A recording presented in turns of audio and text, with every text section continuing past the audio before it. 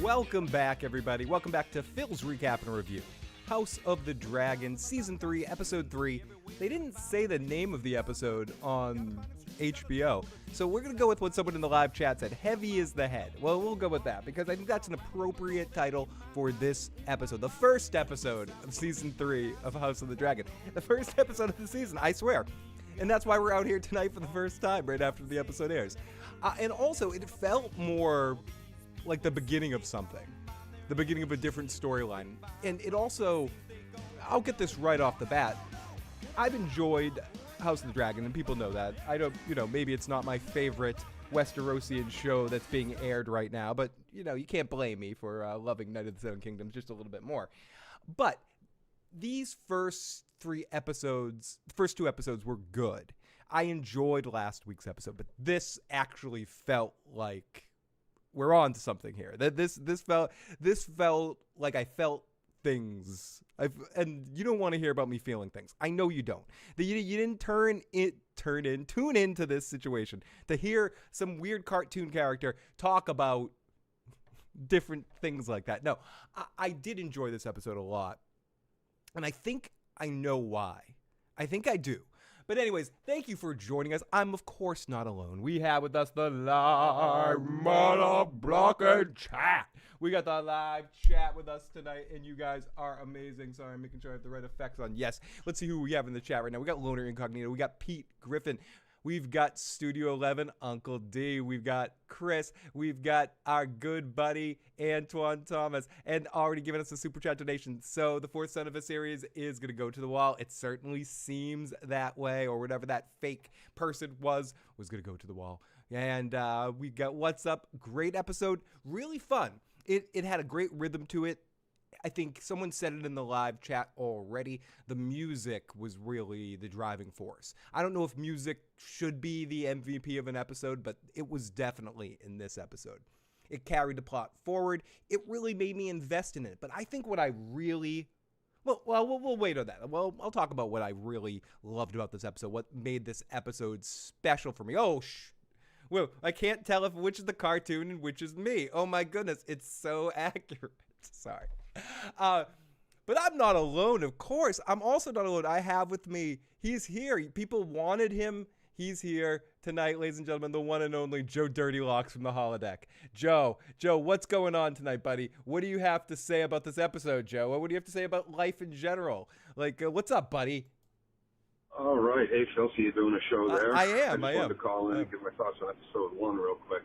Episode 1? Wait, this doesn't make sense. No, this is Joe Dirty Locks, and episode 1 was complete trash.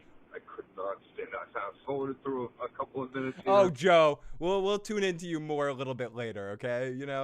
People need to warm up for the Joe experience. But that Joe will be joining us occasionally throughout the evening to share his thoughts. Occasionally, you'll get Joe from the holodeck, and he'll tell you how he really feels. Yeah. Okay. No, Joe loves all of you, and he can't wait to be on to talk about some other stuff. And anyone that I saw someone ask about Tony earlier as well.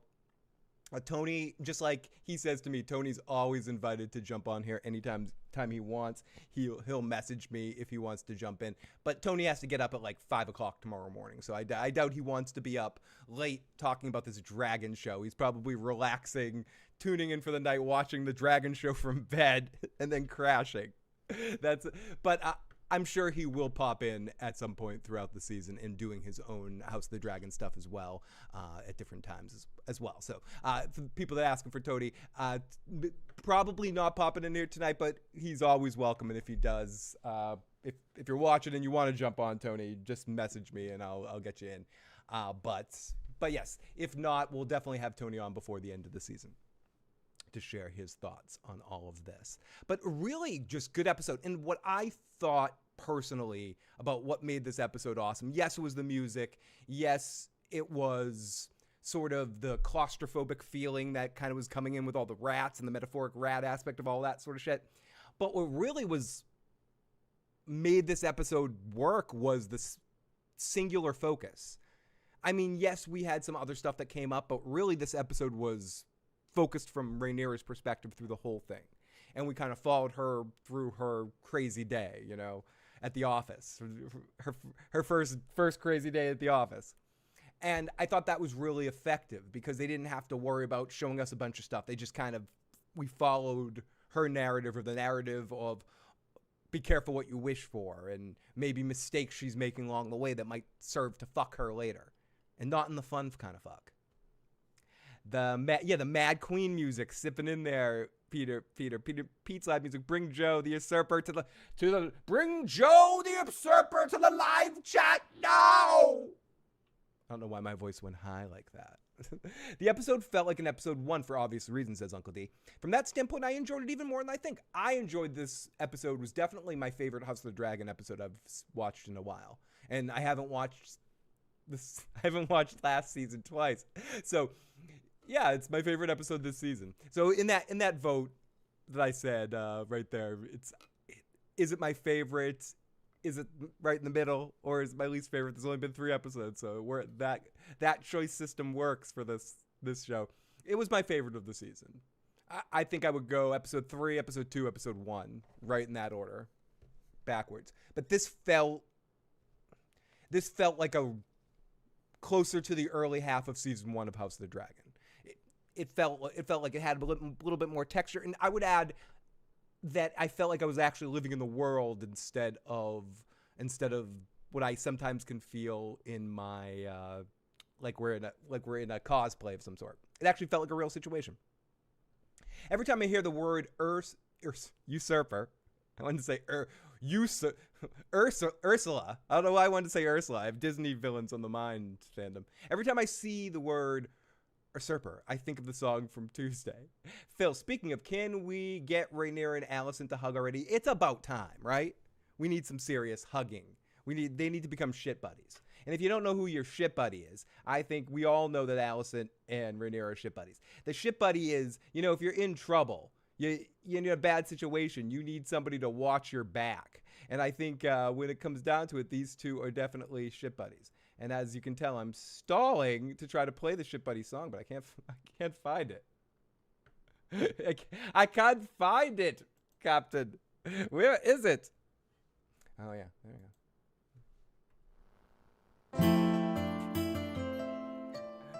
Don't have to worry, get your shit buddy. Now, don't have to worry, get your. And don't have to worry, you get your shit buddy tonight. And remember, get back 1995 on that one. So, but no, I appreciate everyone that's checking this out. I know I haven't been on all season. I'm just showing up here in the middle of the season to try to be like, hey guys, remember me? I do this after show. But I appreciate it. I know there's some big hitters right now going live right now. So I appreciate any of you that pop on in here. And please, if you haven't already, hit that like button, hit the subscribe button, but mainly engage with this shit.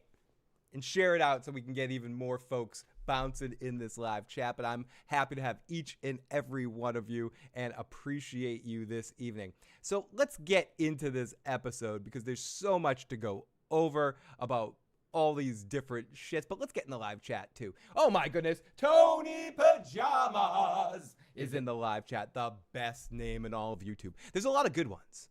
There's a lot of great names. There's a lot of great names in the live chat right now. But there's no one that rises to the power. He's like He-Man with the sword. I have the power of Tony Pajamas. It's really what it's about. We got Slim in the live chat. I love how the rats represented her many problems. That and the high-pitched musical tones that they were kind of bringing in, and that repetitiveness of it all. And then the rats, the way the rats kind of came in there, like every once in a while you'd see them poke up, and then obviously her serving them to the people later, I thought was it just all kind of connects on some level as well. And we got nonfiction in the live chat as well. Oh, so many amazing friends. Jen, the amazing, beautiful, incredible Jen the teacher is in the live chat. Emma Darcy's face is riveting. Amazing actress. Pete, do you know, I mean, yes, part of doing this whole fucking thing is saying the most obvious shit of all time. So I'm going to say the most obvious statement this side of water is fucking wet. Emma Darcy has some of the most incredibly efficient acting eyes I've ever seen in my goddamn life. Like, she communicates so much information. And yeah, you can say that about this actress and this actor and this person and this hair, about this, that, another that. Fuck it with a wiffle ball bat up your pee hole. But that's not what we're talking about right now. We're talking about fucking Alicent. So no. So yes. Did I say? I know I said Emma Darcy. But no. Yeah. So yeah. There it is. Alicent's acting eyes are some of the greatest eyes in performing I've ever seen in my life. They elicit so much emotion through one simple glance, one simple subtle tone of it. She's able to elicit acting color choices within her eyes. You know, like, so she doesn't even have to do full mannerisms or facial tics. It's just all in the sort of makeup of her pupils. It's incredible. It's very effective, and she fucking killed it tonight. Emma's a great actress. Yeah, I call the rat exterminator Phil. Call the Orchid Man. I think we need to call the Orchid Man. But there was some. I think this episode also leaned heavy on Alicent and Rhaenyra again, and Daemon. They're leaning heavy on their hard-hitting actors as well in this episode. And they're the ones that so much carry through the plot and the side issues that are going on throughout the plot of this episode. So I think you just had a very big, high quality of things. I like how so many things happened in the background, like Massaria and Daemon stuff. We don't need so much focus on that because we just know that they disagree, and we've had a lot of buildup of that. So I appreciate that. I think in this season in general, these first 3 episodes, they're doing a better job of establishing characters and making us feel like these characters are more fleshed out in a lot of ways, especially with some of the secondary choices. But I do think the core of this show comes down to Alicent and Rhaenyra, and I think the 2 actors really pull it off, especially in episodes like this, where they put them in a lot of scenes together. So we'll get into the Orchid Man here. I wanted a pizza rat. I was on Survivor. No, I wanted to be on Survivor. I mean, Rhaenyra. This is tough. Okay, so we get the fake Darren situation, which was funny because no one has ever met this kid. And they also did now I understand why they were a little hush-hush on the casting of him, so that they could give this kind of reveal on the show. And I kind of appreciate that. I can't sit here and come out here every week and bitch about how I hate how trailers give out too much information and how everyone researches stuff before it airs. They have to watch the trailer, see what every review of it is before they watch the program and make their own goddamn decisions. Like, we want to watch trailers, that disclose everything that's going to happen in an episode. I love From, but From is more guilty of that than any show I've ever seen in my life. And yes, I'm also the person that put out spoilers and leaks, but fuck me. But that's not what I'm talking about. I'm talking about the actual stuff that they put out, the scenes every week that they put out, and also previews and trailers and stuff. They disclose way too much information. House of the Dragon at times has as well.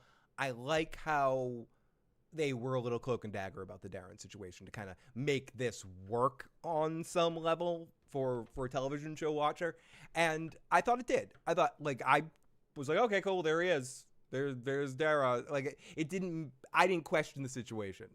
The only thing I questioned is why Daemon didn't want to kill the dragon or take the dragon too. Like, if he's taking him, you take the blue dragon. That was like a little hanging meatball on that toothpick right there. I wonder why Helaena didn't want to stay in this room. How polite was Helaena to Rhaenyra? Oh, excuse me. Do you feel much better because you killed my grandpa when your son died? Like, she meant it really, like, empathetically. Like that was sweet. I'm not speaking facetiously. That was very, very fucking sweet. Alicent is enjoying watching Rhaenyra's struggle, keeping it inside behind those eyes. You can see it, Pete. You can see her not so subtle enjoyment of watching Rhaenyra falter. And Alicent feels like, beyond mishearing in certain information, she understands the plight that her father had more than Rhaenyra did, where Rhaenyra framed it in a different perspective in her own head because of different factors. But Alicent gives off the vibe on the show as a character that reflects everything she actually saw. So, but maybe people can disagree with me on that. But Alicent is enjoying the show. The queen needs to appoint some rat catchers and some cats. I was thinking the second part of your statement, Moni. I was thinking we need some cats. This is a job for the kitty cats. Is that how the kitty cats got in King's Landing? That Arya, the generations of cats got there? Because eventually they just brought in kitties because Aegon killed all the rat catchers. Side note, Julie cut her hair. Oh, yep, no wig next season. She heard all the she wanted to during the season. The producers wouldn't let her in case they wanted to do any reshoots, is what I think. But yep, it's done. Phil, Rhaenyra wanted to sleep with that kid. Targaryens are always into that stuff. I know, we don't trust the Targaryens. What's up, Jay? Great to see you. I don't like... Sorry, Anna. I didn't see a trailer for next week. It was on way after. It was like it paused and you had to let it run for a little bit. But there was a trailer, I think so, at the end. Yeah, she's like, I don't like it here. It got me tight. It did. It did. It became sort of an emotional sort of stuff. Those are the characters that dictate so much emotion. Helaena is the GOAT. Ian and Anna. Fiction, I thought, okay, sorry, I was jumping over to fiction, reading someone else's comment.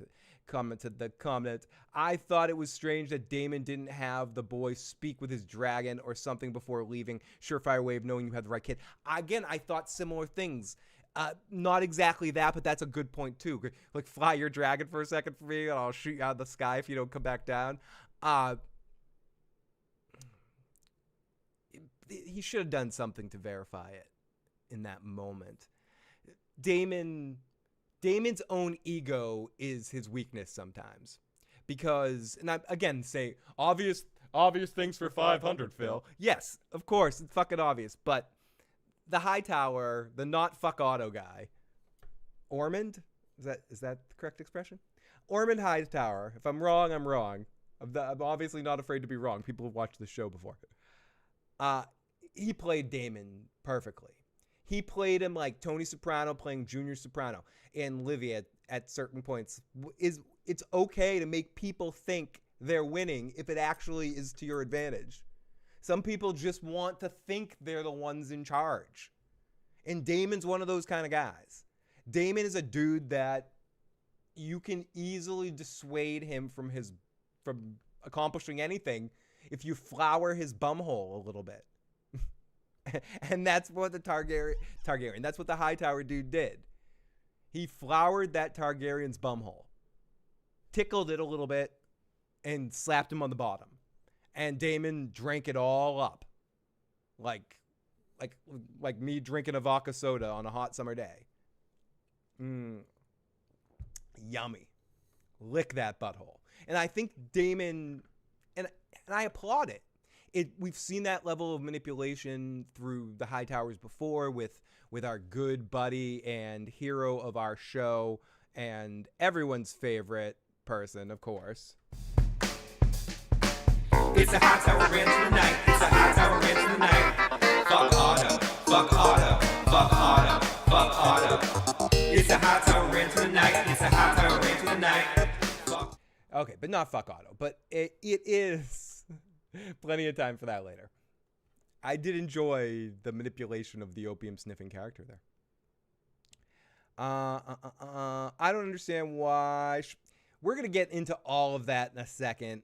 Why she's making her fucking mistakes here. But first of all, I want to thank everyone that's joining us right now. Here we go. Here's 5 gift memberships to all of you in the live chat. I'll probably send 5 more later, but let's see who our new members are. Nonfiction gets one. Happy about that. Daniel, happy about that. Gibberish. Tammy and Tom Foolery all got gift memberships. We need to update the auto song. Thank you so much for our supporters in the live chat. Oh, I don't even have to say it. It just pops up on the screen with our Ned Ryerson hug. Hugging all of you guys. There you go. Good. You guys are forced to get hugged by me in the live chat. But yeah, much more narrow of a focus of an episode, and I thought that really worked for the episode. Alicent's eyes. Music of the episode, we already talked about that. The music of the episode was Game of Thrones, prime Game of Thrones level. Phantom D Saints in the live chat. It reminded me of, was that episode called? The episode wasn't called The Winds of Winter, was it? The episode where Cersei burns down the Sept. Well, what's the name of that episode? I want to call it The Queen's Justice, but it's not that. Game of Thrones fans that are good with episode titles, don't save me the trouble of looking it up because it's going to bother me. But what's the title of the episode that Cersei burns down the Sept? It kind of reminded me of that, where the music kind of carried through and kind of framed the narrative of that particular story within there. And I thought, again, it was very effective, very well edited of an episode, especially the sound design. But that's a given with Game of Thrones, but it's still worth mentioning when it rises above the usual incredible competency. Oh, I was right. Thank you, Julia. I'm bound to be right about something. What was that thing? A broken clock is right a couple times a day? Yeah, so I was right about one of them. Right about some of them. For sure. Incredible music in this episode. But, this is not just for me to talk tonight, folks. We also have you all that can call on in and leave voicemails right now. And if you want me to turn on the phone lines for real time calling a little bit later, we'll do that as well. So first of all, let's Joe, what are you thinking, buddy? Are you agreeing with all of us? Or how do you feel that people are like digging on this episode? Well, Joe, what do you got to say about yourself, buddy? I'm curious. Every single actor on that show that portrays a child is absolute trash. It has been since basically season 1. You're being hard on the kids? With the exception of the princess. Why are you so hard on the kids, dude? Oh, awful no. show. Oh, no. Awful battle on the sea. Was not really compelling enough. Felt no urgency in your main actors with the exception of the pirate woman. Just thought it was bad. The character change with the I don't know if I can agree with you on that one, Joe. But again, we'll get back to Joe throughout the evening here. But let's take our first phone call of the night and hear a little bit of what our good buddy Antoine Thomas has to say tonight. Okay, Phil. I want to admit that I might have had a little mix-up, and I was wrong. Apparently, he died at the same order. So yeah. I'm gonna scrub your messages, Antoine. Make sure there's no spoilers for anyone that didn't watch the main Game of Thrones series and hear Joffrey spoil all of this too. But I'll be playing bits and pieces of Antoine Thomas's messages throughout the evening because I want to make sure he gets his voice in the show as he's one of our favorites. Pete, live music. Let's see what additional beauties Pete's live music is going to add to us for tonight's episode. Bring Aemond, the usurper, to me. Oh, she gonna open up a can of whoop-ass? I can't wait to see it. I hope they do interact again. Let's see another one. Rattogo. Wrap that rat feast up to go. Yeah, I don't know if that really works. I think we need a rat feast song, Phil. Let's go. God damn, another good episode. This show is just, I think it's great. Yeah, great. We definitely do. Rhaenyra brought them a feast. A fucking something rat feast. What a fucking beast. What a fucking beast. Eating rats the beast. Angry ass rich folk eating rats in the assholes. Whatever. That's not very funny. Pete's Live Music and I are workshopping it. This is the process. This is how. This is why Weird Al doesn't work like on the spot. I just totally had a Yosemite Sam moment where I was trying to say the word. And I'm like, no, I'm not even going to try to say that word. Let me say a simpler word. Extemporaneously? Is that I think that's the word I was trying to say. Hey, Phil, since this Ormond is going to be a player now, I think he definitely needs a song and maybe a nickname. But all I can think of is every time I hear his name, I think of Tormund. But he's like the low T version. So it's like Ormond, the low T Tormund or something. I don't know. Live motherfucking chat, right? He definitely has some low T. I've been calling him like cocaine buddy because we saw him sniffing shit a couple of episodes ago. But like we could do better. We could do better.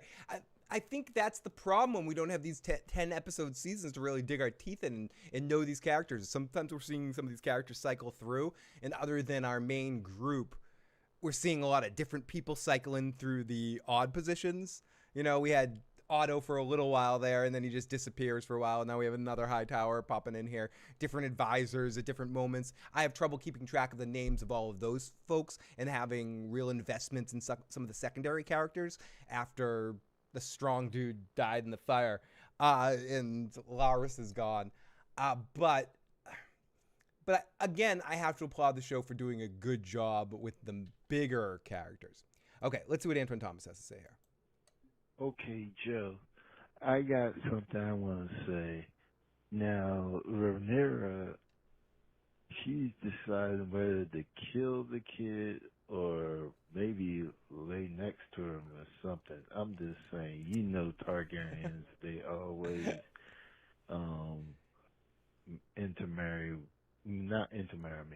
they marry within their own Yeah, family. and I'm also going to add that Antoine Thomas isn't come that far off there. The show also has gone out of its way to have like Alicent and Aemond making out to add extra incest to a story that already is full of lots of incest. So, yeah.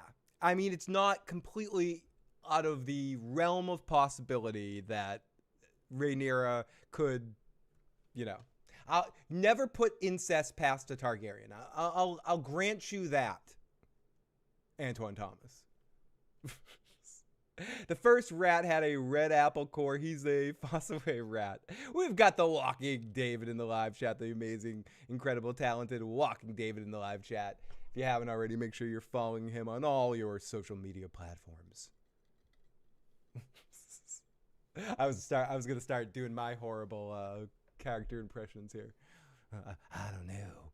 I was about, David, I was so excited to see you. I suddenly almost jumped into a halfway between Jack Nicholson and Christian Slater. I guess that they're similar.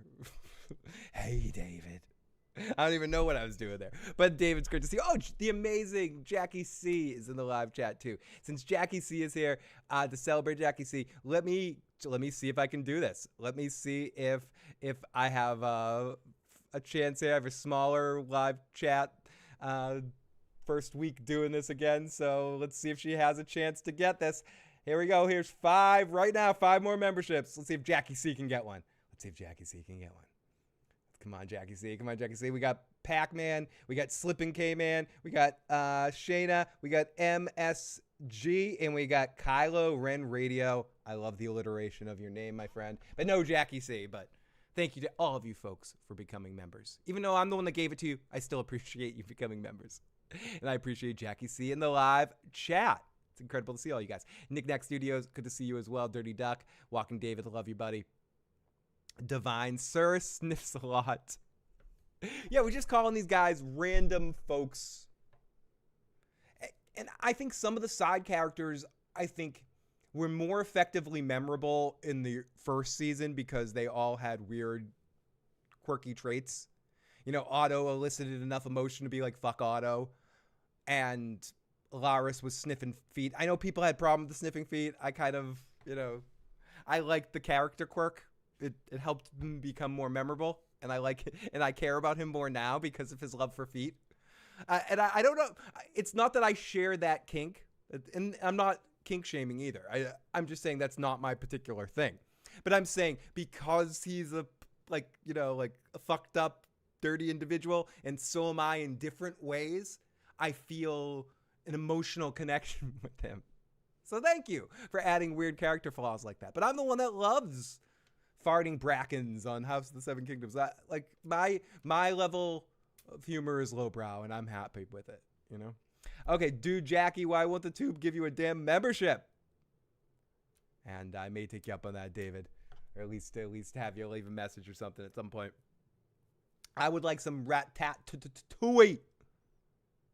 I like Ormond. Let's see about his advisors. I think he's one of the more interesting antagonists that we've had so far in the show. Personally, I definitely do think. We won't shame you. It's okay to like feet. You can call me Phil the Feet Guy. I don't dislike feet. But I'm not like, you know. If I was on like Love Island and I had to go on those toe sucking challenges, I wouldn't be doing it willingly. I'd be like, that's not my thing. But I'm not saying I don't have even quirkier, weirder things. But that's a different story. But in fairness, people that might say, Phil, what's this have to do with anything? You know what it has to do with anything is the Targaryens are a bunch of creepy motherfuckers. Laying in bed, calling each other God, touching each other in inappropriate ways. And that's his aunt. I mean, that's her uncle. You know, like people want to applaud these folks, call them heroes. You know, but there's some creepy stuff going on, like uncle fucking. Shut your fucking face, Uncle Fucker. You're a dragon lying Uncle Fucker.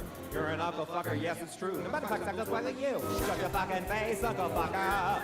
You're the one that fucks your uncle, Uncle Fucker. You don't eat or sleep, just have some fun. Fuck your uncle all night long. What's that over there? I don't know. It's the Targaryens. It's again. It's so typical. Which one? They're on it again now. At least they're not on a boat. That's exciting. I think it's exciting. Rhaenyra's now.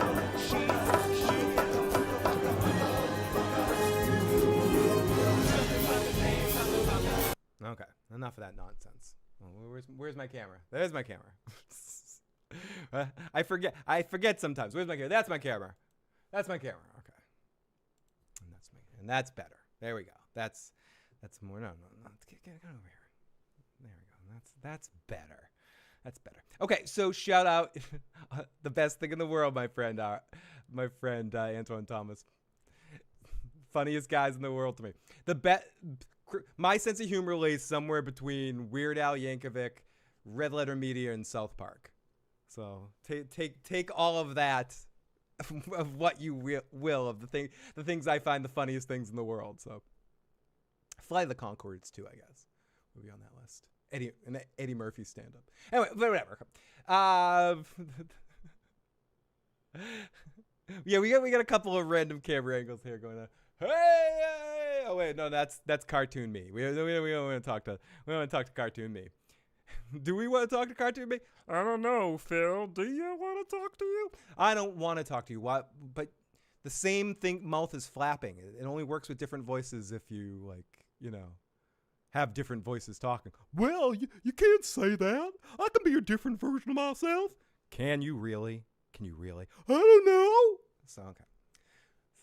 Hi, I'm Phil from above. I'm Phil from the other side. Okay, let's get back to the issues. Hey, hi everybody, it's Phil the Issues Guy. Okay. Oh my God. Okay. Honestly, Jesse, this is me. Someone needs to give me weed. What do you really think? Come on. If I was smoking more, I'd be tired. I'd be sleeping. Come on. It's almost time, Audrey.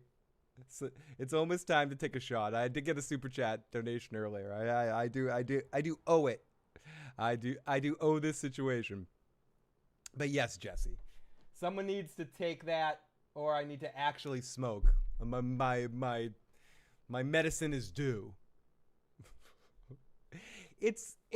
I mean, it has its moments. Looks can be deceiving, Haymaker. Don't it's a green screen. This is all a green screen, trust me.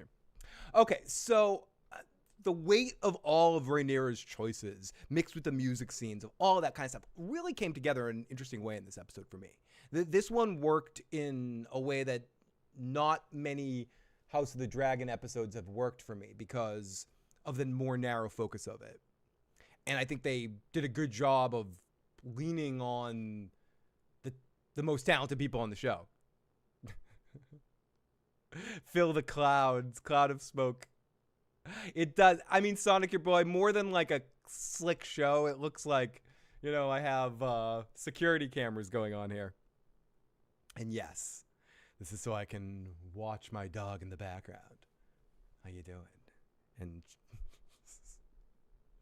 check it. Check. Oh no, here we go. Okay, let me go over there. Okay, so Daemon not giving a fuck through this whole thing was amazing for me. I love what Matt Smith brings to this character because I don't think Matt Smith gives a shit about this character. I think it works with the character of Daemon.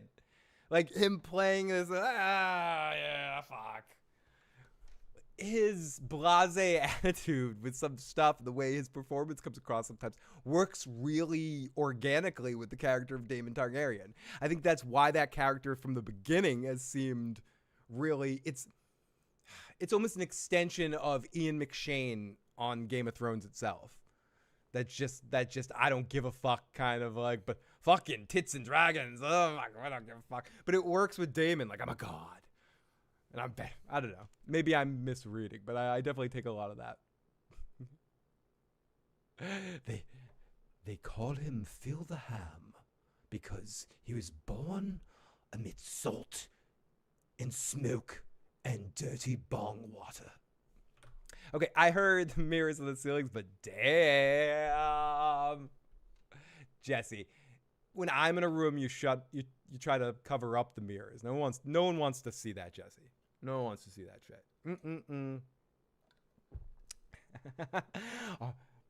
I don't know why I'm like, every time I see your name in the live chat, Audrey, I start wanting to sing something from Little Shop of Horrors, but I'm like, suddenly Audrey.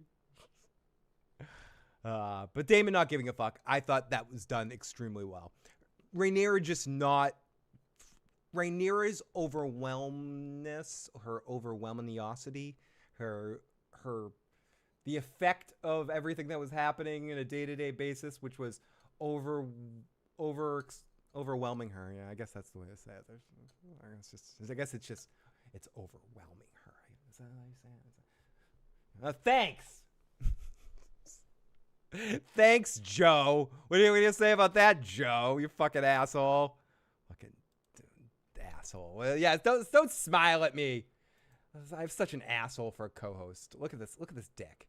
Like, look at him. What's he gonna say now, you shithead? You'll miss big plot lines. Well, they shouldn't be spoken as plot lines. Oh. It should be Joe. It shouldn't be like, here's the plot line in this scene, and if you missed it, that's so I'm not worried about fast forward and shit. If I miss anything that's that important, oh God forgive me. I guess I'm just not going to know what's going on. So I don't know. I thought that first episode was just bad. Probably a lot of people are going to be mad at me for that, but it is what it is. Everyone hates yeah. you, Joe. Talk to you later, guys. Wash off your hair. Turn off your mascara. Girl, hey, take that lipstick. Put it on your butt and go away. Look at your face. Early as the morning, what used to be Rhaenyra, now it's not okay. Suddenly I'm queen now. No, sorry. I'll stop that. Okay, so Rhaenyra is called Auntie Fucker. Whoops, my mother. Oh, I'm going to get it shut down. Oh, be careful, Antoine Thomas. Oh, my goodness. No, I'm kidding. You're fine. Chris, why not? Let's do this thing.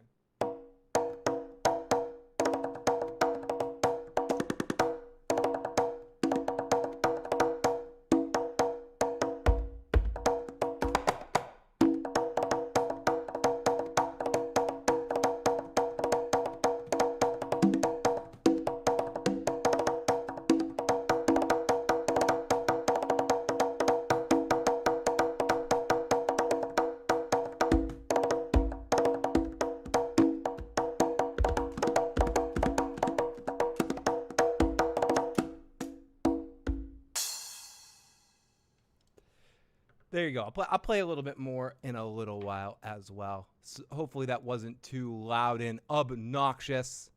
But realistically speaking, like, loud and obnoxious could be a subtitle for my entire podcast. I mean, yes, it's the Issues program. It could be the Issues program, loud and obnoxious, you know, when it really, really comes down to it. I didn't talk a little bit enough about Corlys yet. We're going to get into this when we get into our recap nonsense. But I thought, again, I've said this from the first two episodes, my favorite parts of the first two episodes were the Corlys and Alan and Adam stuff. And I thought that continued in this episode. I really like that scene with Rhaenyra and Corlys because I think that is the two most invested people. The actress plays Alicent as well. Olivia Cook, is that her name?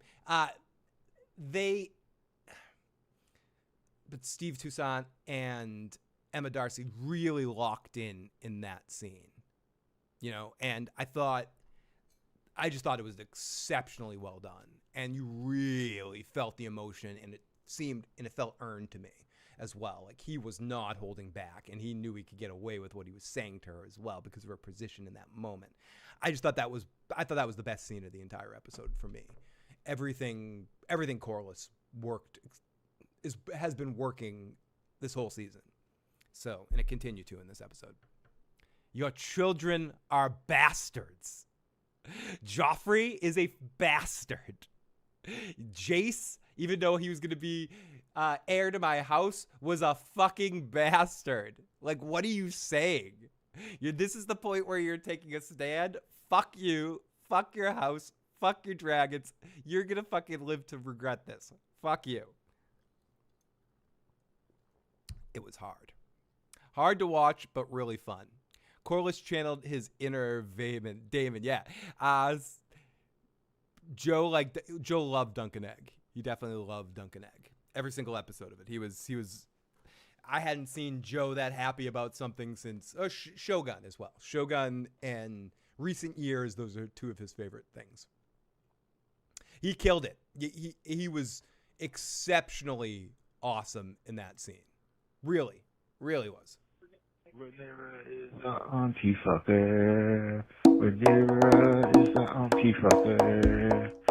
Rhaenyra is an auntie fucker. Rhaenyra is an auntie fucker. Nice. As you hear that, Antoine, we were jamming there. I want to play that one more time. There we go. Let's jam with Antoine. Rhaenyra is an auntie fucker. Rhaenyra is an auntie fucker.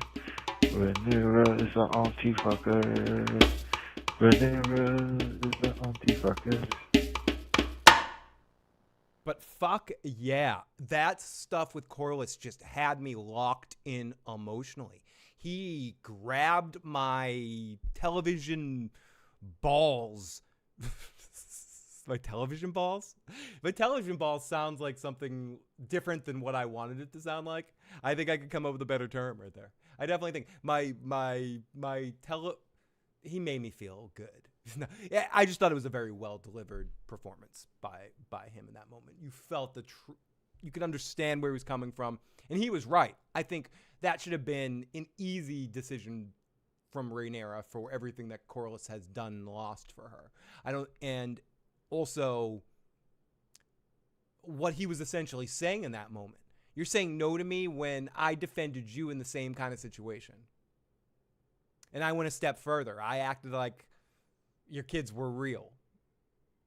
Really, weren't bastards. They're real. They're real in any situation, but you know what I mean. Legitimized. So, yeah. So I think that just was. I think that was just a big mistake. I think she fucked that one up. She did.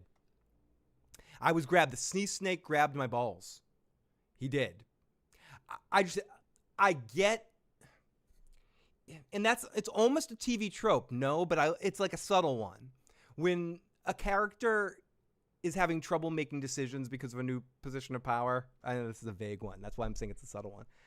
And some characters like, you need to get better at this. The only way you can do this job is by saying no to people. And then they're immediately in a situation where they should say yes. And then to prove a point that they can say no, they say no because they're overthinking it. I know I'm over-explaining the trope, but I feel like this is a trope somewhere. And I think cliches are cliches for a reason. And this is something that actually feels genuine. Because you can understand why she's sort of trying to make a stand and finally say no. But this is the wrong opportunity to say no. Corlys is not someone in this moment, everything that he's done again and lost for your family and supported you in situations with your bastard kids. Even making one of them hit the heir to his house before he was stupid enough to get himself killed.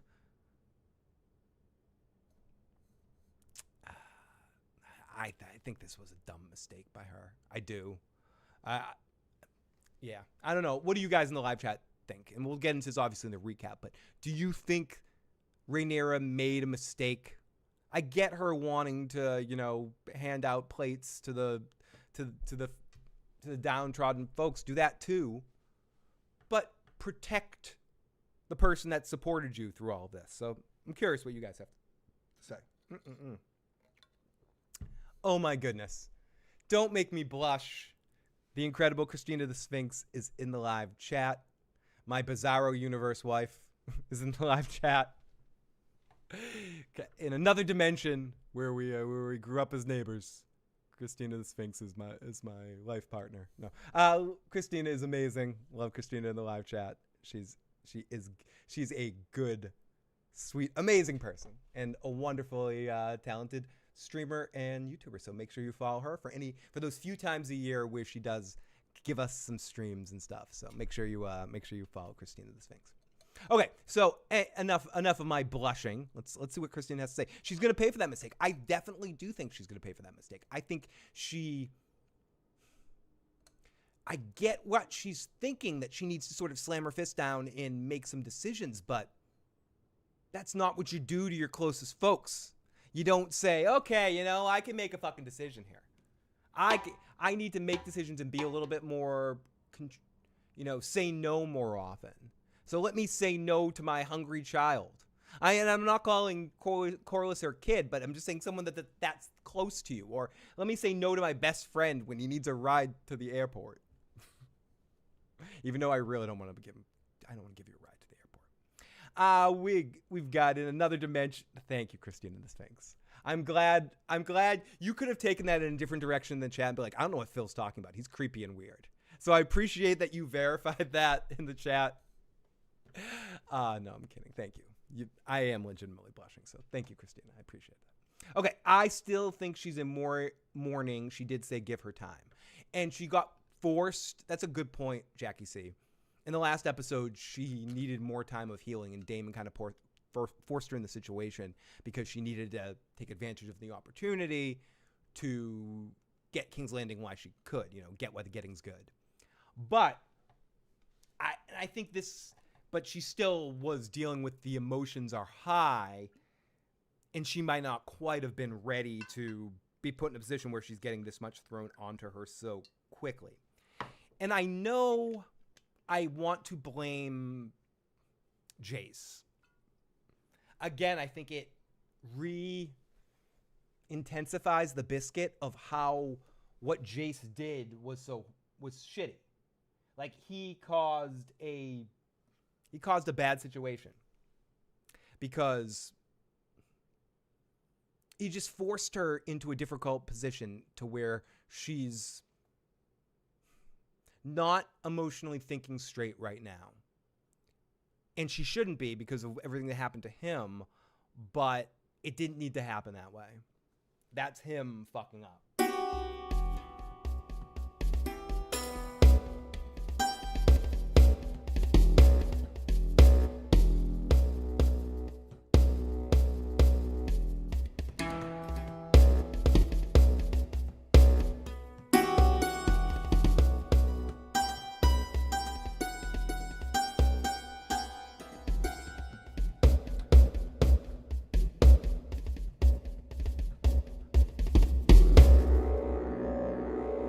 Oh my goodness. Okay, enough of that. Sorry, everybody. Yes. Just like this episode of House of the Dragon, I feel like I need to keep music pumping through this entire episode of this podcast. You know, some silly bad music of some kind. So you guys are gonna have to deal with lots of silly musical wackiness tonight, for good or for bad. Okay. So, oh, thank you. I was just making that up, Dirty Duck. I'm glad that you're into that. It's just, it's my...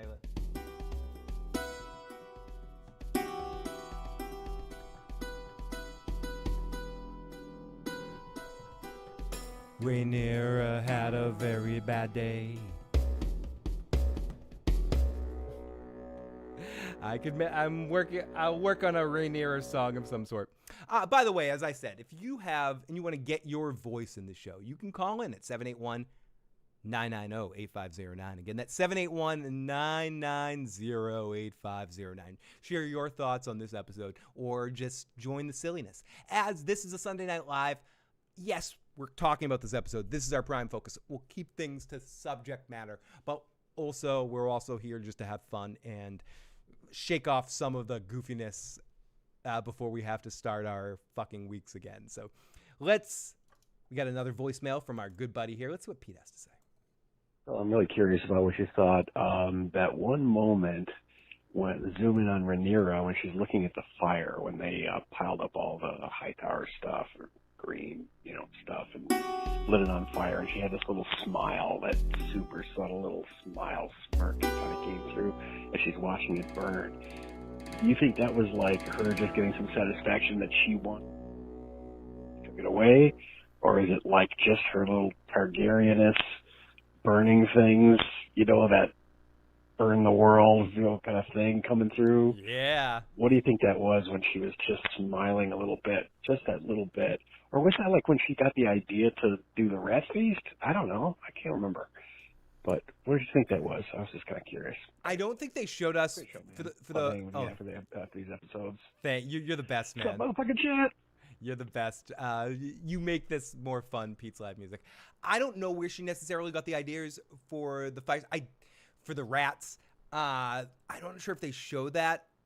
I don't know if it was something that her and Massaria came out with together. I thought it was a fun plan, interesting plan. I think it's also something that's going to come back to haunt her in a Sons of the Harpy kind of way. As for watching her sort of get a little... Oh, wait, sorry. It's like me with drums. Get a little happy from the fire. I didn't necessarily notice this, but I do think they did a great job. Again, I'm going to be like a broken fucking record tonight. They did an excellent job with the musical score in this episode. Foreshadowing or aftershadowing Mad Queen stuff. Or not. I don't even know if were they using the same music as Daenerys Mad Queen shit? Like, it felt like they were sort of... Like, the music was telling me that they're giving me Freddy Krueger. It was some dark shit. And I don't feel like the musical score, as effective as it was effective telling you that Rhaenyra is fucking fucked. That's what the theme talked to me in this episode. It told me, listen, sorry, Phil, we're gonna tell you some sad shit. No, wait.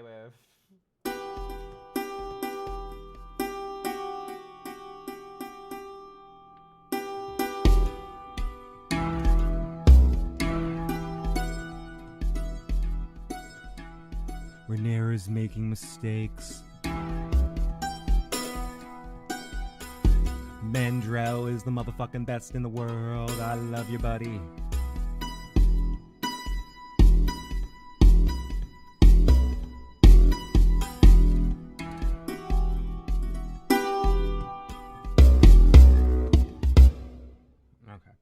Again, I apologize. There'll be way too much music tonight. At least I'm not singing. Okay, Cake has a better ring to it. Rats on the plate will never be forgotten. I thought this episode gave us some iconic Game of Thrones scenes. Like the rats on the plate scene I thought was effective, amazing. This season has. Bring Aegon is memorable. It's very, very memorable. Let them eat rats. Oh, excuse me. I coughed, Aubrey. The call-in number for anyone that needs to know is 781-990-8509. Again, I coughed because I was like, someone wants to call. 781-990-8509. Also, I can turn that on for live one-on-one conversations if you want to talk to me live. But I do like letting you guys leave voicemails because then I can just pause it and go back and forth and talk to your voicemail and all that sort of stuff. We may have David pop in for a little while later if he's still around, after our recap or during our recap or at some point. But other than that, let's see. But yes, if you want to call in, that's 781-990-8509. Again, that's 781-990-8509. What's going on over here? No, open this up. Sorry, it's been a while since I was doing this at night, and I should occasionally put on the other camera angle so you guys can see what nonsense I'm doing. But I'm doing stuff with my hands right now that you all don't want to see. Okay, we have a voicemail from somebody. And I don't know, we have two voicemails. Let's get into these voicemails right now. This voicemail seems like it's from somebody very beautiful and interesting. And I'm blushing just looking at the phone number for some reason. I don't know. My senses are tingling. Let's see what happens. Hello, Phil. This is Christina the Sphinx. I'm just wondering if you think they're trying to portray Rhaenyra as crazy or as grieving. Crazy or grieving? Which one is it? Heart you. Thank you, Christina. I think they're trying to show us that her grieving is making her... Okay. I think it's a combination of both. I think they're having her grieving kind of lead into her crazy, but they're showing that that existed within there as well. I don't think they're leaning enough on the crazy, so I think they're playing more into her being not thinking straight, her being on tilt. You know, someone talks shit to her at the poker table, and she's on tilt, and I know I'm underselling what really happened. Both her kids, again. Real life is very different than television Fantasyland. I'm much harder on television Fantasyland characters than I am in reality. In reality, I stood in the middle of the road today, a busy main street, and went like this, blocking traffic to save a little tiny dog whose owner was running down the street frantically to be like, I need to save my dog. And some dude was beeping at me, telling me to go fuck myself because he had to get to Dunks for his morning coffee. I wish I could make that up. I can't. Fucking! What the fuck's up with you, you fucking asshole? What the fuck you blocking the fucking road for, you fuck? What the fuck? I gotta get to Dunks and get my fucking coffee. You're wasting my fucking time. I'm like, there's a dog here, dude. You're gonna hit the dog. Fuck the dog and fuck you. I gotta get my fucking Dunks, dude. So, yeah. There was that. That's true. True story. Okay. So, Monty says, I did like Daemon suggesting robbing the other kingdoms. Part of me was thinking maybe he should, but he's her best dragon rider. I like some of that. I like that we got that, and he kind of hinted at that. I agree. Yeah, I think it's I think they're playing on the show less she's crazy and more that she's like has post-traumatic stress from too many things happening at once. And she's just overwhelmed by it all and not necessarily thinking straight. And I think she's not making the best decisions because of that. It's true. I don't know, Jesse. I'm sorry, Jesse. I can't control what your girl's doing, Jesse. She's calling. She's leaving me a voice message. Christina is amazing, amazing people. Thank you so much, as always. Rhaenyra's theme this season is going forward is lifestyles of the rich and famous. That was the worst Robin Leach ever. Was I even trying to do Robin Leach there? Somehow between that, it turned to like creepy carnival individual. Lifestyles of the rich and famous with Robin Leach. No, can't do it. Caffeine is essential, but good on you saving the dog. Yes, it is. I'm not denying caffeine being essential. I just want to say that this was a very big street. And I was on the internal side of the street, like in the middle towards where the dog had run up to the middle of the street, was hanging out between the two lines, in the 2-line yellow part. And I was standing in those 2 lines, sort of my dog, Quark, who's behind. He's over there. He was with me. And he was sort of holding the dog in front of me, and I was behind the dog, and we were sort of sandwiching the dog in the middle of the street. The car could have gone around me if it went slow enough around me, but it decided to stop and beep at me and yell at me and tell me to go fuck myself because I wanted to save the dog and not let the dog die in the middle of the street. I feel bad. I really feel bad. I'm sorry. If you're watching this at any point in time, sir, I'm so sorry.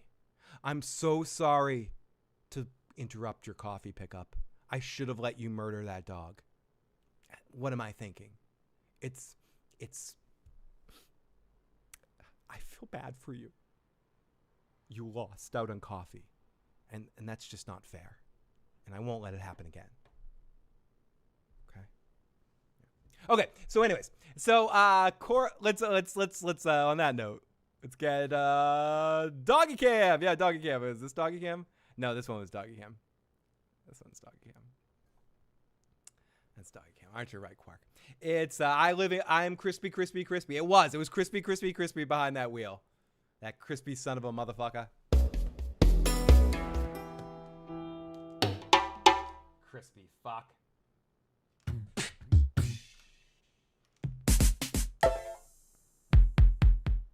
We've got one and only Saget Star, the best mod by far. Okay. Thank you for your support, Saget Star. I'm sorry for that horrible song. You can ignore that I ever said that. You can leave my chat right now, and we can pretend this never happened. My rhyme was weak. But Saggy, it's great to see you. I had to finish watching the episode, but it was really good. I thought it was good. I wonder what's going to happen next week. It's definitely opening up the episode for possibilities.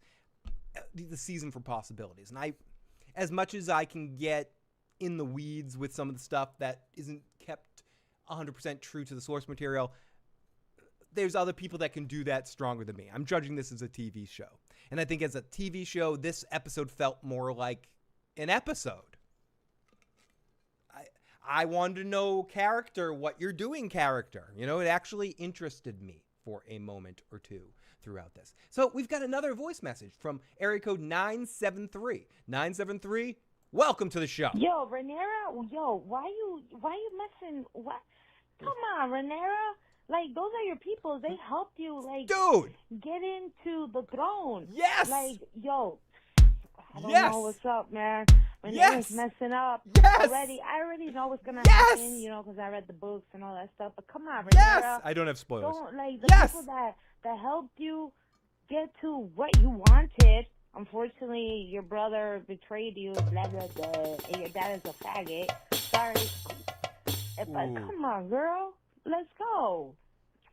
It is what it is. You know what I'm saying? Hi. Thank you for the message, and I think we should all listen to Damon and Take Over the World. This is the call, was area code 973. I'm not sure who in the live chat that was, but we got Aubrey in the live chat. Thank you for calling in, Aubrey. We appreciate you.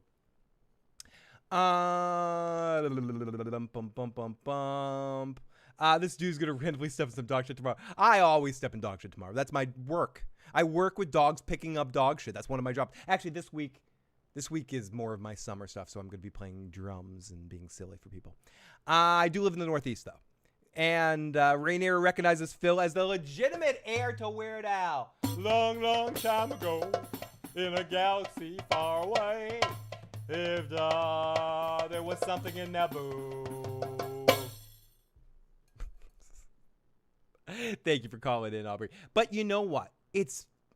We've danced. We've talked about this long enough. We've gone around this. We've talked about different things that we need to talk about. But what we haven't done is it's about time for that recap!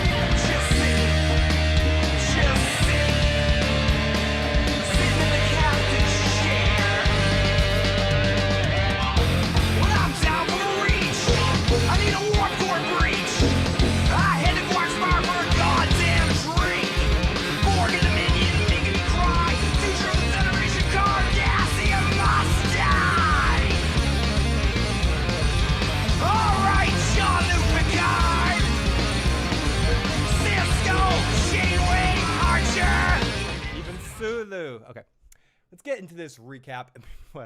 Neighbors hate me. Oh, they hate me. I'm the worst. I blame it on my dog. They're like, what's all that running around? My dog got the zoomies. That's what happened. The doggies got the zoomies. And yes, I'm a talker. I can't help myself. You're a talker. Listening to talkers makes me thirsty. If any more words come pouring out your cunt mouth, I'm gonna have to eat every fucking chicken in this room.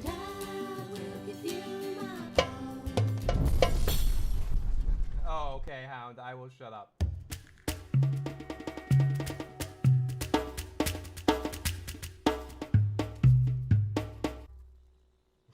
Sorry, everybody.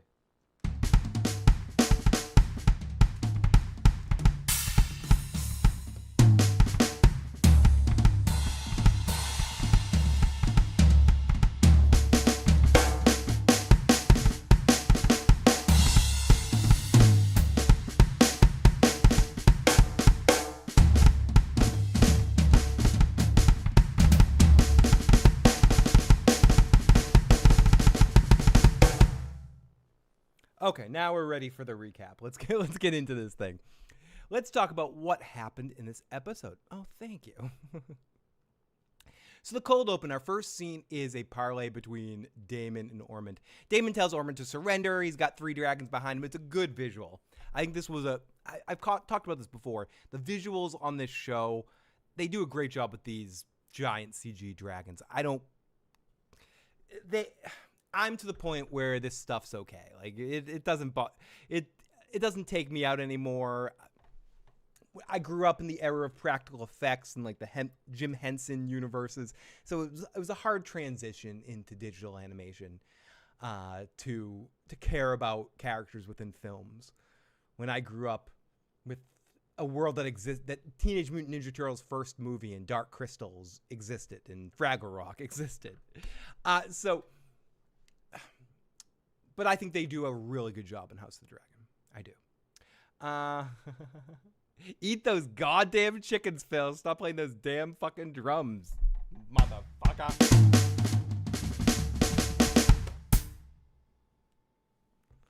Babaloo, Lucy. Okay. But yeah, those dragons were were hanging out and having fun. Jesse, I watched some stuff blow up and cuddled with some scared dogs and cats. That's what I did. And some interesting stuff happened. Some interesting stuff.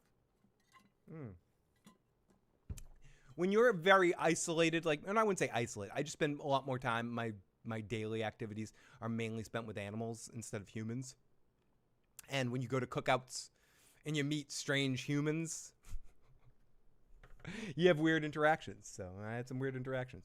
Okay, speaking of weird, Ulf and Hugh are around there hanging out, walking around. They're there on their dragons. War is over. Daemon's tells Aemond about Rhaenyra, and he's like, I would consider fighting, but I have to think about my man. And he asks for surrender of all that sort of stuff, and he tells him Otto is dead, and he shit talks him a little bit. And I said it before, the Hightower dude played Daemon to a T here. He knew exactly what he needed to say to him to placate him, and he did. And Daemon, he grabs fake Daeron and he gives him over to Daemon, and Aemond tells him to turn back, and Daemon's army turns around and they go. And he takes care of Daeron, and that's it. Daemon's a good guy. He's going to be fine. But it was interesting that this was a cold open. The Game of Thrones shows don't do cold opens like this that often, and it was an interesting moment to do this one. Okay, so we come in on Rhaenyra on a slow zoom, reminiscent of the Viserys situation when he was healthy. So she's talking with the mom, and I can't read my fucking notes. Daemon says, we got them all to surrender. Daemon wishes that they burned them all. So we go down to the crown, and this is where the music kicks in and really starts to kick in.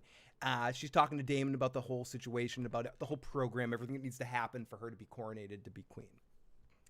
She meets the fake Daeron, and she's nice to him, and she's like, hey, what do you think of all this, Daeron? What you say? You don't have much to say, do you? And this kid's just sitting there like, I don't know. He just doesn't utter a word. She says, your safety depends on your behavior. And asks about Ormond's plans and Aemond and Aegon. And he's just silent. And she's like, if you're going to be silent, then fuck you. And she confines him. Daemon says Rhaenyra has to kill Daeron. And she says, he looks younger than I thought he was, which is our first clue. We've seen other clues, but how many people, who guessed it was going to be a fake Daeron? Did anyone out there right away go, this is fucking fake bullshit? I bought it. Hook, line, and sinker. Ormond was being too nice. He was being nice because he wanted to placate Daemon the right way. He wanted to water his balls. Sometimes the best way to manipulate someone is to be nice to them. Always be dubious and scared of people that are too nice to you. It's such a horrible thing to say, but you should. If someone is not constantly, but coming out of nowhere and saying nice things and doing nice things, I question that shit. I don't trust that shit, dude. I don't. I knew it was fake Daeron because they showed him briefly before he has red hair. Good call to the Miss Jackie C. I don't know why I got lost there in a titling of you. I was going to say Miss the Wonderful Jackie C. It was somewhere in between both of them. What do you guys think about the High Septon? I think it was a bold move. I think it's a bold move, Cotton. I want to see what he's going to do here. Really, the movie that brought Jason Bateman back. I think they support the Hightowers because they're close to Old Town and they don't trust the dragons. I think maybe this all leads into the Maesters having some sort of the Maesters working with the Septons to take down the dragons. I don't know. I turned to my wife and I said, I bet that redhead kid loves getting mistaken for Daeron up to a point and then found out he was fake Daeron and I felt dumb. You shouldn't feel dumb, David. Wow, that was some cool alliteration there. Dumb David Dandy. You listen, David. Don't dumb well dandy. No, I'll shut up. I'll shut up. I'll shut up now. Oh, we got a couple of voicemails left. Let's get back to 973. What's 973 have to say? Yo, I get a tight. Yo, Rhaenyra, yo, she messed up big time. Bro, like, I don't know what the hell. Cause I understand a bunch of stuff has happened to her. But, yo, she needs to, like. Thank you for the super chats. chats. This is the throne. Like, you're a queen. Step the freak up. Come on, woman. Like, there's so many things that I would freaking do. I'm sorry. I have to rewind that scream.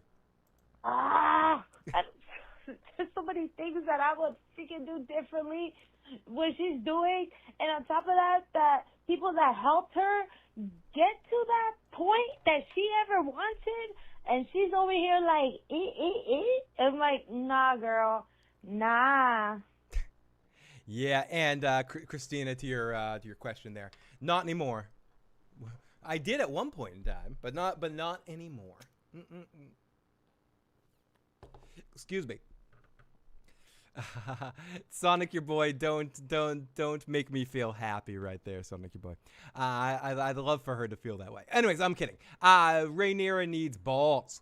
She needs balls and intelligence to do this job right. You need to couple the both of them and curb your emotions and know that business not personal in some ways, but also know who butters your bread. And Corlys butters her fucking goddamn bread. Everything he did for her, every lie he told for her, every situation he set up for her, and she treats his ass like this. Fuck that. I'd be so pissed if I was Corlys, and he is. Her kids are fucking bastards, and fucking everything is situational, at least to me. And you got to make smart decisions, especially when you're playing this game. And I think tonight's episode did a couple things. Showed the pressure she was under, made us feel emotionally connected to her. But I also think this caller has some valid points of also, within all of that, she made some fatal errors in this episode. Fatal errors in this episode. Which, like, she got into a pissing match with the Septon. She pissed off all the rich, annoying assholes by feeding them rats. And more importantly, she pissed on the fucking leg of her most important supporter. How the hell did you just, like, pretend to be somebody different knowing that you're going to die? Like, what the hell is up with that? Somebody tell me the mentality. Who trained this nigga to be like, oh, okay, you're going to be born and you're going to grow up until, I don't know, whatever age, and then... Yeah, I mean, I think they set it up in the situation that he was being tortured or forced into doing that in those kind of situations. But who knows? You feel bad for the kid a little bit. He's a little wackadoo there, you know. You felt bad for him in those moments. Okay, let's continue in here with our recap. Orwell tells all of his folks that the treasury is gone. Okay, so Daemon says to Rhaenyra that she has to kill Daeron. Then Orwell tells Rhaenyra that the treasury is gone. Rhaenyra wants to be coronated, but she doesn't have money. She can't figure it out. Mysaria does believe him, but Daemon says no one cares what she thinks. And the two of them go back and forth, and they have some real serious problems of back and forth situations. Let me flip this over. David, if at any point you do want to call in and chat for a little bit, you're more than welcome to call in at this point if you want to join me for the recap. Excuse me.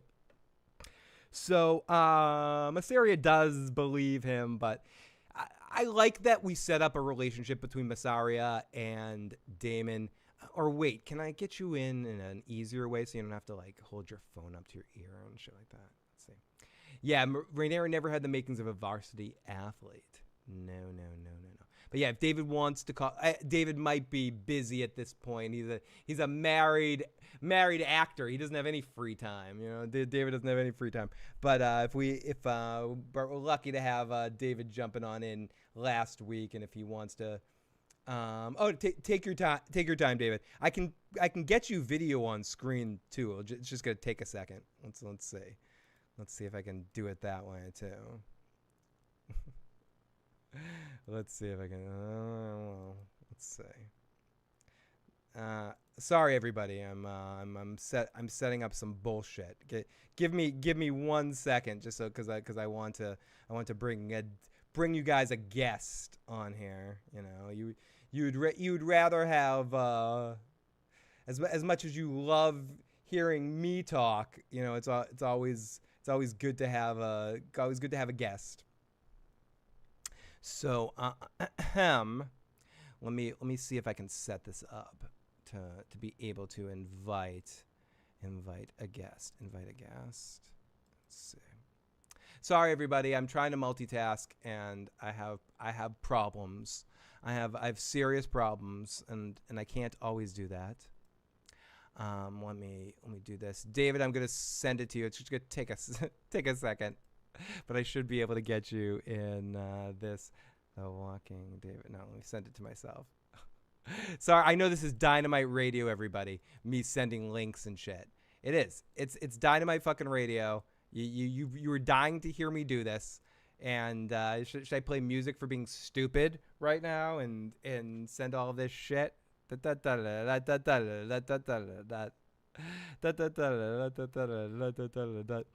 copy that link, and it was like 10 steps. If you knew what I actually had to do to do this one situation.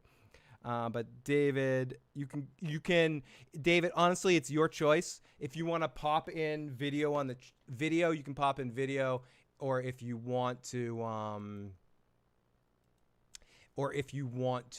jump, if you want to call in, you can do that as well.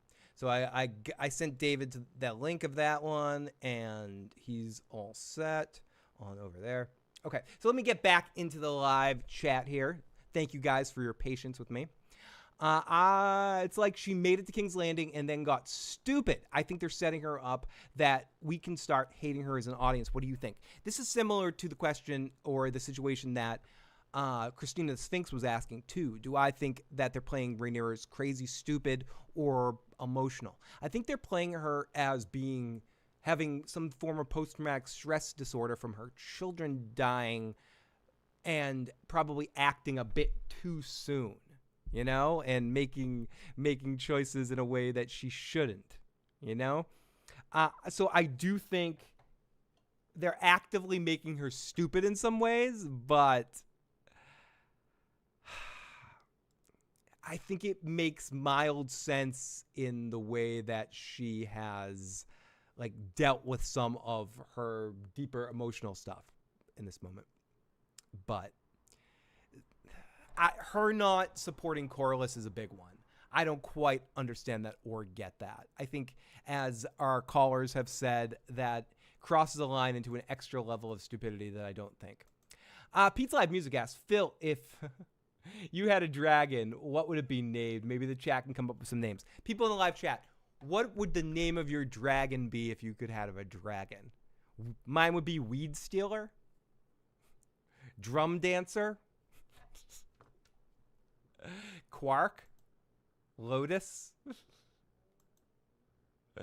Probably something like that. And by the way, everyone, please keep calling in. You've been amazing with your voicemail. 781-990-8509. If you're thinking, I want to call in and share my thoughts, but maybe I won't, do it. Share your thoughts. It doesn't matter. Do it. We don't care. Share your fucking thoughts. We want to hear what you have to say. I'm glad Rhaenyra was like, fuck all those motherfuckers, people at Dragonstone that didn't help me. She definitely did. At that point, she's just like, fuck all y'all. I don't give a shit about any of you motherfuckers. And I like that they kind of went in that direction with this. I'm going to call my dragon Weed Stealer. I think that's the appropriate. I sent it to your Facebook Messenger, David. I can send it in another place if you need me to stick it somewhere else. Let's see if this works. If not, I'll just have you call in. If we have any problems here, I'll just have you call in. The pink dread.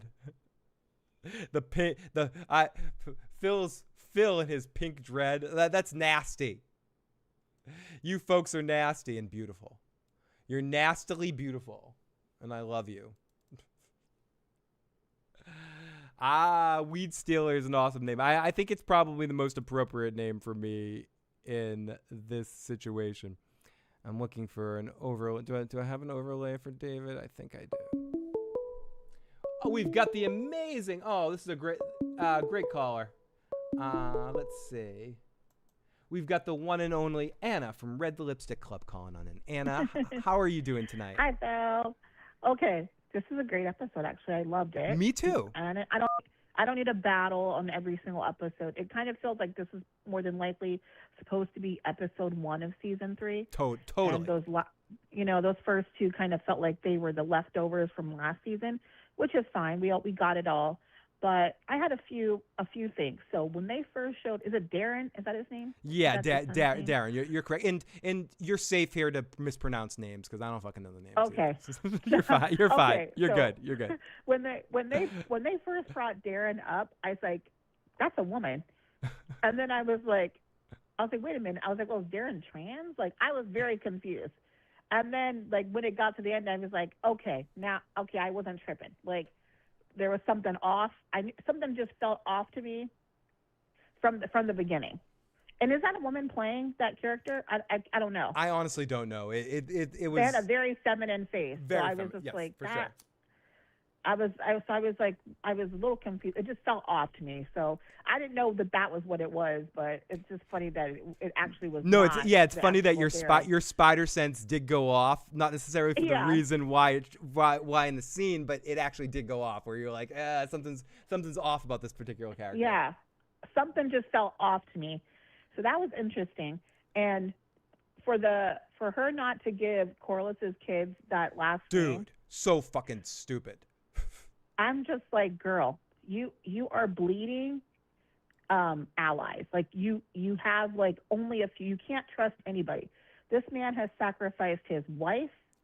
He lets you play in his face, knowing good and full well those kids were not his sons. Fuck yeah. I mean, then you marry your uncle who was his daughter's husband, and like played his daughters kind of to the left as like extras, and kind of made them as just ornamentary, which I think is interesting. Her being a woman trying to be queen, how she did not lift up his 2 grandchildren to be more his 2 granddaughters. That just felt it's just misogynistic of her. It's just such a stupid decision. Like I understand like wanting to make a decision in a moment and kind of show yourself, but that's just not the right opportunity. You don't do that to your biggest supporter in that moment that's like risked his whole life for you in that moment.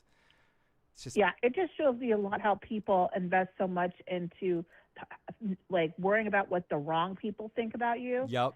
And she's in a weird place because she did the right thing with the rich people.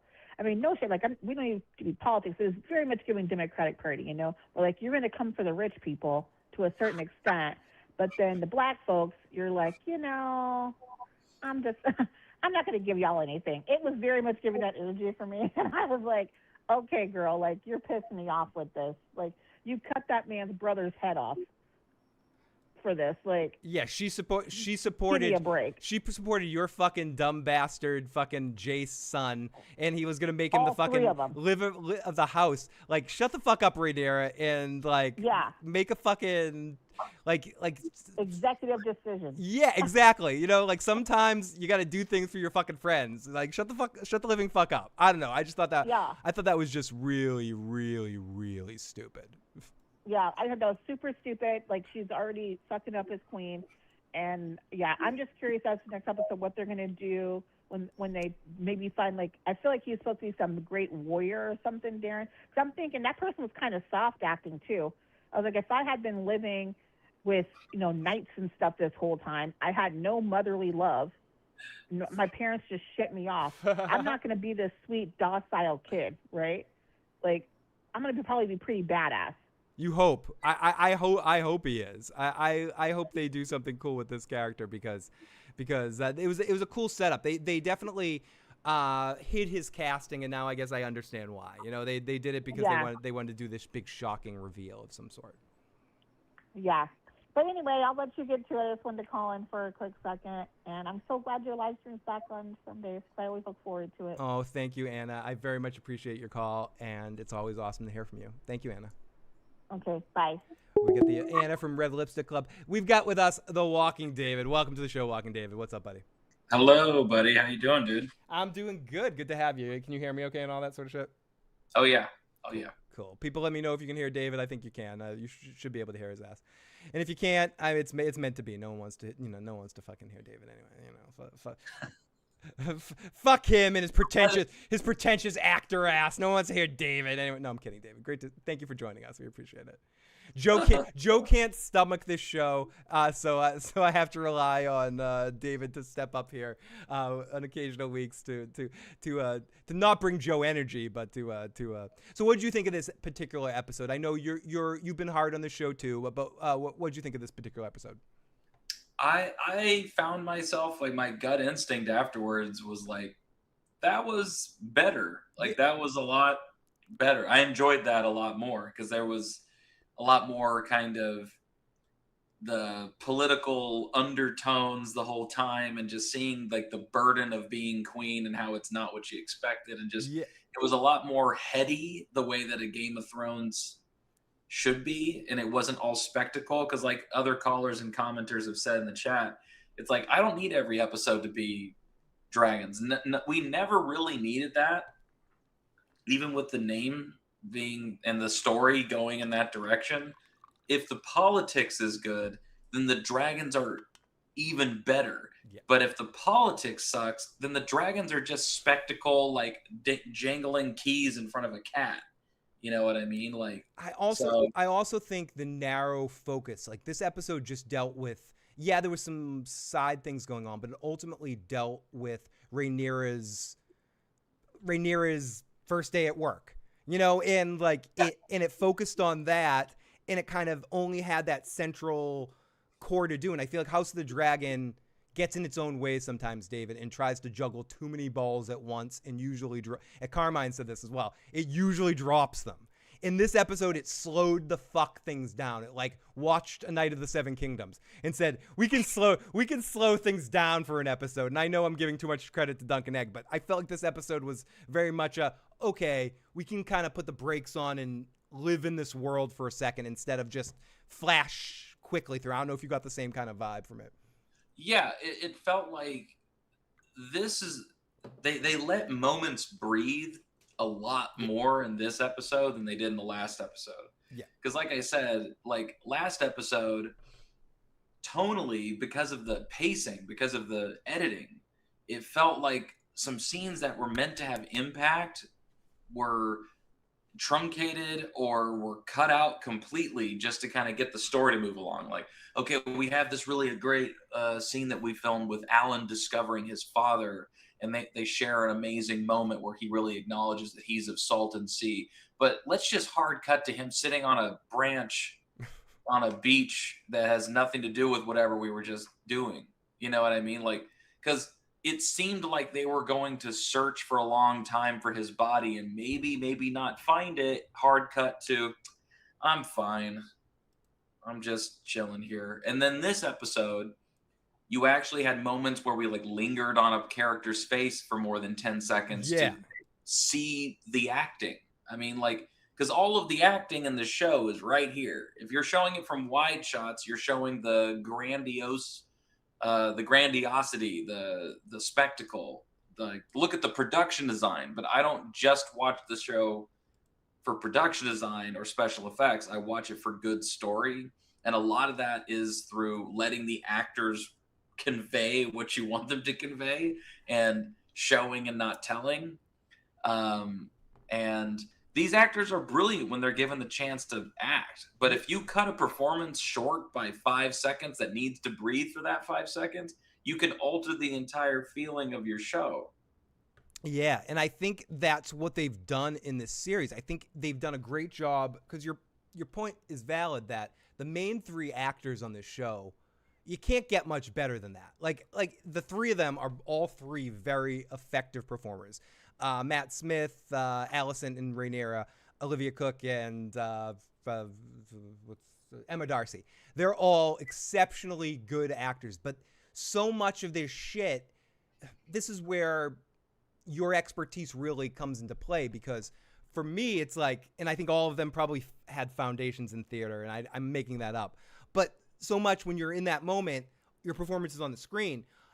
But as an actor, when you do what you do, David, so much of your performance is in the hands of the editor or the director that's running that situation and how they cut it. And I think on House of the Dragon, this episode, and we're not going to focus on this too much because this was an episode they actually did this, they're afraid to slow things down. And they're afraid to kind of just let the actor's performance carry the moment, and they have to go spectacle, spectacle, spectacle. And I think that's worked against this series to make me care about these people. But an episode like this actually made me care about Rhaenyra. Like I felt the tension that she felt because they took the time to actually make us breathe within her as a character. You know what I mean? 100%. For you to be in that character's shoes, you need a second. Okay, like, yeah, you might. Some characters have just kind of like an aura about them. Like Daemon from the start had kind of an aura and a swagger. That's Doctor Who, David. I mean, like, he's just he has that vibe, you know. Yeah, it's the same thing if you see Keanu Reeves in anything and you go, oh wow, like he's got an aura, but it's like because you have goodwill going into this. Whereas people like an Emma Darcy, who I was not familiar with before this show, she needs more time for me to get on the bandwagon with her acting. And the same thing went for Olivia Cook, and I didn't even realize how much work she had done, prior to this, because this to me is her jumping off point. But I only knew her from Bates Motel. That was the only other thing I knew her from. And that's just one of those shows that you can't catch them all. You know what I mean? The first season is very good. It gets weird after. It's one of those shows that like has a pretty good first season and then falls off really quick. Oh yeah, that's the MO for shows now. Yeah, dude. That's totally. They use writers to write the first season and AI to write every season. It has that kind of vibe, for sure. Yeah, where in season 3, Rhaenyra has 6 fingers on her right hand. It's just a mistake. It's just a mistake. You got to double check. Do you find? Oh no, I was just gonna say. Have you bumped into performing? Have you gotten a script in your hand? And you're like, I know AI wrote this fucking shit. 100%. Oh my god. 100%. I've had auditions where now they actually have little clauses in some auditions where you have to go, I did not use AI to make this audition. And you have to say that on camera. are people doing like complete fake where you can do those complete deep fakes where they're getting a performance? Oh my god. They're doing that. They're doing it for their slates. So like to make their hair shorter.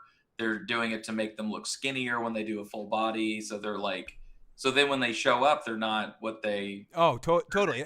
I mean, I'm sure people are even doing that in extra work where if people want to be, I got accepted to be in the Walking Dead Fear the Negan and Dead City. Yeah, I couldn't do it 2 years in a row because of work situation, but I got accepted 2 years in a row. And they made you take like 5 or 6 photos of a multiple. And I was like, for extra work. And now it makes more sense because they needed so many angles to make sure. Did you do it? I wish I could have. I didn't have the timing for do it, but they wanted me twice. They wanted me twice. They wanted me for soldiers. And they wanted me for survivors. They kept calling me. They were like, dude, we want you on this set. I was like, oh, I'm so pissed off. I didn't have the time to do it because like I'm doing in the summer I do like the kids theater stuff, and that's actually pays more. This was not paying, and extra work's fun, but it doesn't really procedure acting stuff. It's more if you really want to be on the set, and I did. I wanted to be on a Walking Dead set so fucking bad. I said that if I couldn't audition for the show, if I couldn't have speaking lines, I would absolutely take an offer to show up if they killed me. Dude, it'd be so fun. Like if they go like, yeah, Norman Reedus has followed you for a long time. He wants to kill you on the show. I would 100% say yes. Like that's something that I would like fly out for on my own dime to let him kill me. say like, yeah, the walking David is now a legit thing because I was on the show and I got killed. But yeah, it like being an extra on a show like that, I get sent that probably 100 times a year when they're like, 9-9 casting is casting for Dead City up in New Jersey. Like, do you want to do it? And I'm just like, to go from all the way from Oklahoma City to New Jersey to do extra work, no. But if I lived in fucking Hicksville, who cares? Yeah, no, for sure. And I mean, especially like there's something like where you've worked on a lot of real sets and done real work. It's hard for you to sit there and be like, I want to be doing real stuff. It's like nails across the chalkboard. I'm not knocking it for beginners in terms of like beginning of film. Even like if you've done a shit ton of theater, if you're getting into film, do extra work for sure. And plus extras, and especially like a show like From. I don't know if you ever watched that show. They became so much of the plot as well. Being an extra is a talent on into itself for being able to sort of blend in the right way but stand out at the same time. It's a talent that I don't have because I want to be the center of attention. So I appreciate it, but I'm like, no, me. So anyways, let's get back into this recap. Daemon says she has to kill Daemon. Okay, so Orwell tells the Black's treasury, blah, blah, blah. Okay, so Rhaenyra says, this is unfortunate, but I need a coronation. Then we have, what's this character's name? Mieza, what's the worm? What's her? Mysaria? Mysaria, yes. Mysaria. What's your opinions of the character of Mysaria, David? I don't think this actor is a good actor. No, she's not. Factually, it's provably true that she's not a good actor. I think she's better than when she first started, but whatever accent she's doing is fucking horrible, and she needs to stop. It's like Cajun now. Is it? It's Jamaican. It's a little Jamaican. It's Jamaican, Nigerian, Cajun. Because if you go back to the first season, she's like, I could tell you where this king is. I don't even want to tell you. I'm like, it's almost Indian in some way. It changes. It mutates like the Ninja Turtles. It's weird. And then the next season, she's like, you could have let me go, but instead you let me here. I'm like, so is she like a Southern French person now? Or like, what is this? Is she like from the Rhineland? Where is she from? She's in an interview with a vampire suddenly. She's I'm not surprised like this season. She's like, hey, you don't say that to the queen. Like, they just go like Chinese. Yeah, they just fuck with every bullshit accent. She's the Joker. Her origin is completely unknown because nobody knows how the fuck she actually sounds. Damon, where'd you get those scars? Okay, so Rhaenyra. You want to know how I got that one? No, I like how I like the accent. You're going that was David. That wasn't you weren't necessarily doing anybody, but you were creating some natural David comedy right there. Okay, so Mysaria doesn't believe the dude for no reason, but Daemon says no one cares what you think, Mysaria. She speaks for the audience. So they want to know where the Lannisters put the gold. They're like leprechauns. So Rhaenyra says, this is unfortunate, but I need a coronation. Mysaria says, you can't have a crown till we take care of the small folk. So this is where we get into Mysaria's, and I don't want to turn this into anything in real life political. But Mysaria is like too much pushing the small folk. She's like got her hand so far up Rhaenyra's ass to like do her agenda. It's not even funny. Yeah, that would be like if sorry to bring up Game of Thrones, but that would be like if Varys, when he meets Daenerys, she's like, you know, like, if you ever betray me, I'll burn you alive. But then every scene after that, after they agree to work together, he's just like, Your Grace, we have to take care of the little birds. What about the little birds, Your Grace? And then she's like, I've got a whole kingdom to rule, but I have 6 boys and girls who are trying to get letters around. Like, if he kept bringing up little birds all the time, he'd go, what is the deal with you and the little birds? Like, you have so much more to your job than just this one thing that you do, okay? And also, the Mistress of Whisperers made me want to punch a hole in my own head. Like, that just sucked. Like, you didn't... She can still be a master, a Mistress of Whisperers. Like, It sounds like a subtitle of Elvira. That's like somebody trying to come up with a new name for a group of witches. Yeah. Is like a mistress of whisperers. This season on Charmed, we have the mistresses of witches. The mistress of whisperers. It's whisperers. You cannot go onto the throne unless you talk to Daemon. I love how every time we do her accent, it has to be slightly different. Okay, so Rhaenyra says, this is unfortunate, but I need a coronation. I need to be queen. You need to take care of the small folk. People need to eat. There's not enough ships, your queen, says Corlys. Grains. Daemon is like, fuck these people. And Rhaenyra decides to send ravens to all the great houses to be like, send me tribute for the small folk. That's going to work out really well for her, David. Also, who the fuck did she say that to? Who in the room did she announce, go send ravens? Who's sending the ravens? I guess the maester dude that we've met a few times. Don't you mean the mistress of whisperers? No, it might be the mistress of whispers, Elvira.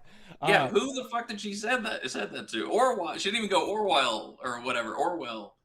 You can call him Orwell. I like that actor a lot too, and I can't remember his name. Yeah, I've seen him in a few other things too. Orwell and an Orwell. I think Orwell is the guy who was all like rapey or whatever, but. The dude that got his ass kicked in a couple of episodes ago. Pete's live music says nice Varys impression. I'm making it a point to not ask David to do any impressions because I feel like when I see interviews with people that do impressions, one of my most annoying things when like the host that's talking to them is like, so David, what would XYZ say right now? Hey. Oh, hey, I don't mind that as much. I used to have a friend who he hated me doing the impressions because I would do them unprompted. And no, I like when you do them unprompted.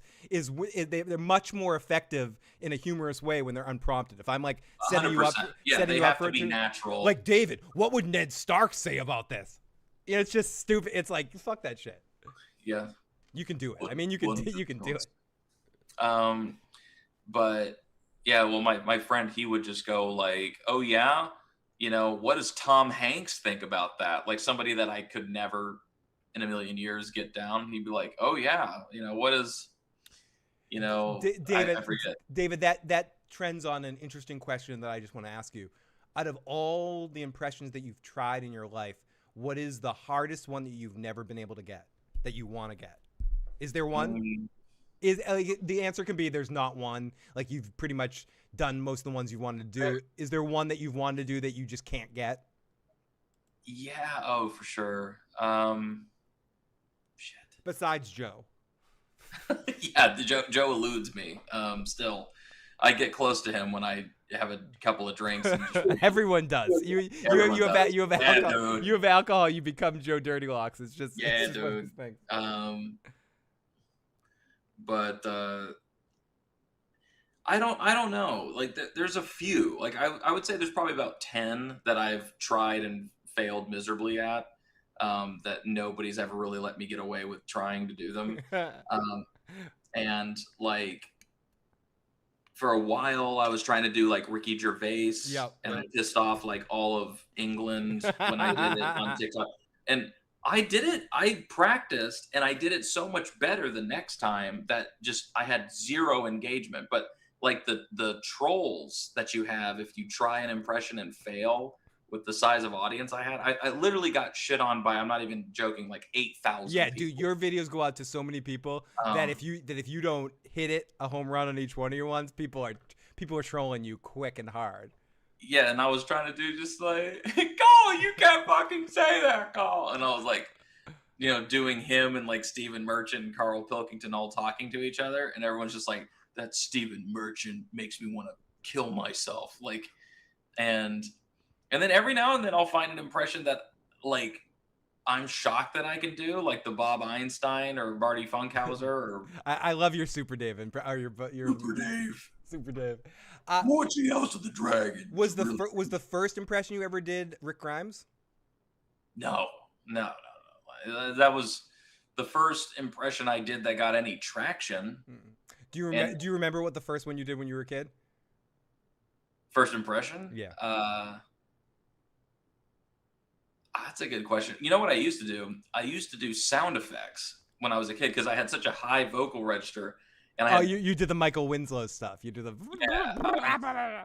I could do all of the sound effects from Star Wars, so I was like, people would kind of like, hey, do the thing. So I do like an X-wing and like screeching, and then I would do the lightsabers. I could do the droids. Those were your first starter impressions, like doing Star Wars sounds. That's cool. I was doing a lot of Star Wars sounds, I think I did like Yoda. Everybody tried to do Yoda, you know. But Rhaenyra is difficult. You see, it's difficult. Masaria's wrong. I made my wife laugh because I went like this, like she was talking about like Emma Darcy or whatever, and I just like got really close to her. I just looked at her like this and I was like, "You declare for Aegon," and I just did this really just like, "You declared it in front of the masses." Like it was basically just like me trying to act like I'm not shitting my pants. Have you ever done an impression for somebody that got really pissed off in front of them, like you're like you're drunk and being an asshole and like impersonating them in front of them, and they're like, "Fuck you, stop"? Yeah, I've had a couple of people ask me to stop, not because it was bad, but because it made them really self-conscious. Yeah, I can imagine that. I just go, yeah, I love how you always like stutter step over your words, and they're like, what? Like they'd never heard that before, and I just go, yeah, you're all fucked up, and I love how fucked up you are. I fixated on how fucked up you are. I told you I wouldn't do this, David, but someone asked in the live chat, and we'll get back to the episode in 1 second. David, I could say everyone can do this, so I'm going to say the answer to this is yes. David, can you do? Someone in the live chat asked if you could do Jack Nicholson. Talking about what? Give me something to talk about. Jack Nicholson talking about Rhaenyra. Yeah, so the other day, I was banging this blonde, and she was trying to be, get the Iron Throne. You brought her to the Laker game, too. I think you brought the fucking... I did. I brought her to the Laker game. Usually that helps. It does. It warms them up. Warms them up. But, it can't be summertime everywhere. And Oh, Jack. I love some silver-haired foxes. I have to think about it. Like no, it's not. And that's the thing. Like as much as like David is exceptional with his impressions, and David is also a comic. Like I wouldn't. It's if you add improv into it too. It's like, and that's the thing about impressions. It's like you're not just asking you to like extemporaneously like just come up with shit. It's like come up with shit and say jokes in this voice all at the same time. Can you do some division and some calculus too at the same time and multiply it? It's a lot of things to multiply at once. I mean, if you had material, I'm sure if you were doing for like a stand-up comedy bit and you were doing it in voices, you would actually sit down and write out what you were going to say within those characters so you could come up with interesting jokes within the characters. Well, sometimes here's the thing, like you'll do a character and like you'll find a toehold just through improv. Just like if I'm just filming impression videos for fun, like it hits me an idea like, what would Jack Nicholson be like if he had like melted ice cream? And I'm like doing it. And then all of a sudden I get like in a really good groove with it. Then I can feel like I can say anything. Like yeah. I'm just like, I'm in it, But if you don't fully get that toehold, they can kind of wobble a little bit. And that's where you'll hear people go like, oh, your Larry David sounds like Jerry Seinfeld, or your Ricky Gervais sounds like Alan Carr, or, like, what do you think you're not committed? You personally, if you're being hard on yourself, what do you think's your best impression? My best impression? Yeah. I've got a few that I love going to, like John C. Reilly or Mark Wahlberg, or, like Mark Wahlberg's super used to do for me, okay? Like, listen, I've just been watching House of the Dragon. It's getting worse and worse. If you close your eyes, that is Marky Mark.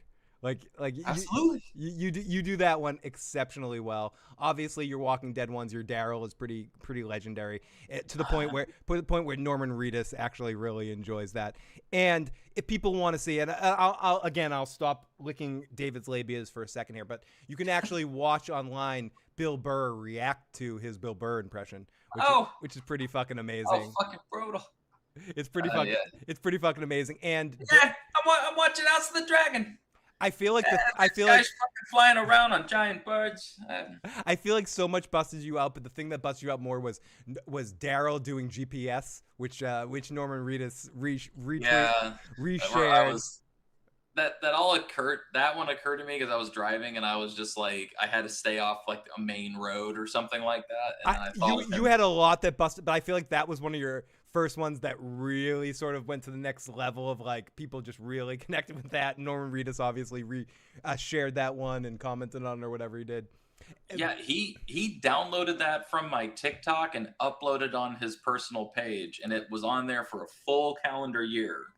And then I think he had a PR person come through and like do a cleaning of all of his. Yeah, it's like you gotta get that. What do you got? This fucking this nobody, David on the fucking. Hey, it wasn't just me. It was a few other nobodies who were doing Walking Dead shit, and I was like, fuck, because that felt like such a feather in my cap. I was like, go to Norman Reedus' Instagram and you'll see me. And that was true for a full year. You're probably right. His PR people stepped up. Anyways, let's get to Rhaenyra and her PR people.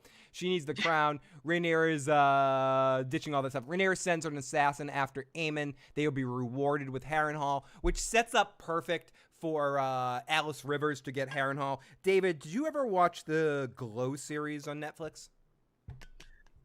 With Mark Maron and Alison Brie. Yeah, it's a good series. The actress that plays Alice Rivers plays the wolf character on Glow. Glow does not end properly, but it's fun. It's campy. It's over the top. I'm a big fan of Alison Brie. She has a lot of range.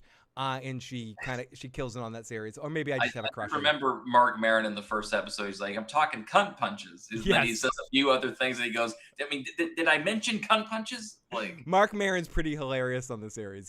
It's a character kind of written for him. It's good stuff. So Rhaenyra sends assassins after Aemond. They will be rewarded with Harrenhal. But that's Alice Rivers plays a character from that show. She wants Sheep Stealer 2. We have a bounty. Aemond will they got to kill the rat catchers too. Rhaenyra gets told about the rat issues and gives Daemon some more power. What did you think of the rat metaphors throughout the episode, David? Did you enjoy the elements of the rats, or did you think it was a little bit too on the nose? I liked the serving of the rats. I didn't like where they placed rats walking past her and stuff. And then did subtle cuts to did Oliver Stone cuts to random rat shots occasionally as well. Yeah, I was, I think of something like The Departed when I think of rats, and I'm just kind of like, yeah, or The Sopranos. It doesn't have to be super on the nose. It just needs to be enough for the people who are, you didn't notice it, but your brain did, kind of thing. But this felt very I like the red letter meter reference too. Sorry. I mean, at that point, you might as well have they spill some green liquid onto a rat, and then that rat runs by and goes into a fire, and then at the end of the episode, she's burning the high tower green, heraldry and stuff, and it's like, see, that rat was a symbol for what was to come. It's just a little too on the nose. No, I'm with you. I'm with you on that a little bit to a certain extent. Just a little. I mean, I didn't mind the part where the best one that they did where they showed a rat was that one was near the throne, and she kind of was going through her time of the month or whatever while sitting and hearing pleas and stuff like that, and having a rat crawl across the back of the throne and her kind of look at it and sort of try to play it off. I was like, that's good. That's all you need. You just need the one if you're going to do it like that. So we have a couple of voicemails. Let's listen to these. Let me know if you can hear it. Can you hear it too? No, homeboy, this was not that better. This freaking oh my god, this episode was traumatizing to me because I really was rooting for Rhaenyra, but after what I saw, Rhaenyra is I don't want to say the B word, but I love how you're saying a lot of other stuff, but you don't want to say the B word. Your homeboy. She's pushing the language barrier, but she's like, I don't want to say the B word. He just wants you to he wants you to. Oh my god, I'm exhausted. This woman, no, she's doing a bad job. She should have fucking protected the people that freaking backed the fuck up on her, because women understand what this is, a real fucking opportunity that you fucking have. Like, yo. So yeah, what do you think about what this caller said, David? Rhaenyra, do you think Rhaenyra is really fucking up her opportunity in some of the decisions she's making in this episode? Thank you for re-clarifying that. I did not get that from the phone call. But I'm just being honest with you. No, you're good. You're good. When ADHD meets ADHD, it's a cluster. I'm sorry for my Rich Evans laugh, and I loved your random Red Letter Media reference. You may have noticed it. You may not have noticed it, but your brain did. Dude, I reference it all. I can't help it. I'm constantly doing it. It's spot on. They are literally like I'm sorry. Shut off my channel and turn on Red Letter Media. Like they're better at everything than anybody. There's a new Best of the Worst out. I know. Why are you watching me? There's a new Best of the Worst out. But sorry. So is she messing up or fucking up? Yeah, she is. But at the same time, like, everybody's impatience and inability to recognize that she's dealing with like taking over and taking charge. It's like you got promoted to manager, and the very next day everybody's like, I need a whole schedule shift. I don't know how to work bar. I don't know how to do this. I don't know how to do that. And it's like, give me a second. Yeah. You know what I mean? Like, these problems that you have will persist and they don't need to be addressed right this nanosecond. And I know that you might be doing that, but if you're the queen, you should be able to like tell people, like, kind of the Brian Regan, like, sorry, I'm not taking any questions today. You know what I mean? Like, you should be able to just like not have an audience with the queen if the queen doesn't want to talk to you. You just go like, no, I'll deal with that later. There's more pressing matters. Yeah, especially how many times have we heard that? We've heard that from plenty of other things. Yeah, especially in this situation as she kind of adapts to it. I mean, in this moment, she should be taking a step back and kind of just melt into it a little bit more. And I think that's part of it, is it's like this. She is making mistakes. Okay, everybody agrees that how she treated Corlys was stupid. Is stupid. But at the same time, I think they've done an okay job of expressing that she's afraid of legitimizing potential threats to her throne because she just now got it. Yeah, fair. That's a fair point. Like, and that's where, David, that's where we get good drama. When you can understand that a character has to make a decision that is antithetical to solving a problem, but you understand why they do it and it makes sense to their character. You know? Yeah. And I think they're doing a good job of that. This show might be a little bit like butter spreading on toast too thin, but when it comes to Corlys, Alicent, Rhaenyra, and Daemon, they've done a good job of making them full-fledged characters that create emotion within me. I don't know if it's the actors are so good at their performances that they transcend the writing and the directing when it's not as effective, but I think those characters create emotion, and I think in this episode particular, they decided to focus on the characters that mean the most. And that's why this episode meant a little bit more, David. At least that's why I feel it meant a little bit more. Yeah, I think you got to be able to pick a few characters who the main thrust of the story is about, and then find clever ways to kind of weave in the background or in small little inserts. Like what they did in season 1 with Larys. Yep. Was a good use of a side character where you go, he's in pretty much every episode. He's kind of close to power, has one scene, but the scene is just him and one other person or two other people. And it's usually him just having an aside and getting in somebody's ear. And then that person takes that word to somebody else, and he's kind of just looking in the background, or he's always around.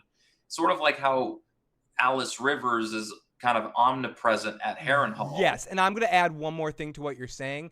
And also, people want to make fun and make light of the foot thing, but it also added a very with character, at least in my example, when I'm directing something, I want specific choices. And even if it's silly in some ways, making specific choices for a character really makes a difference. And because of that foot thing, it's memorable. And it created a real character and something that's understandable and believable.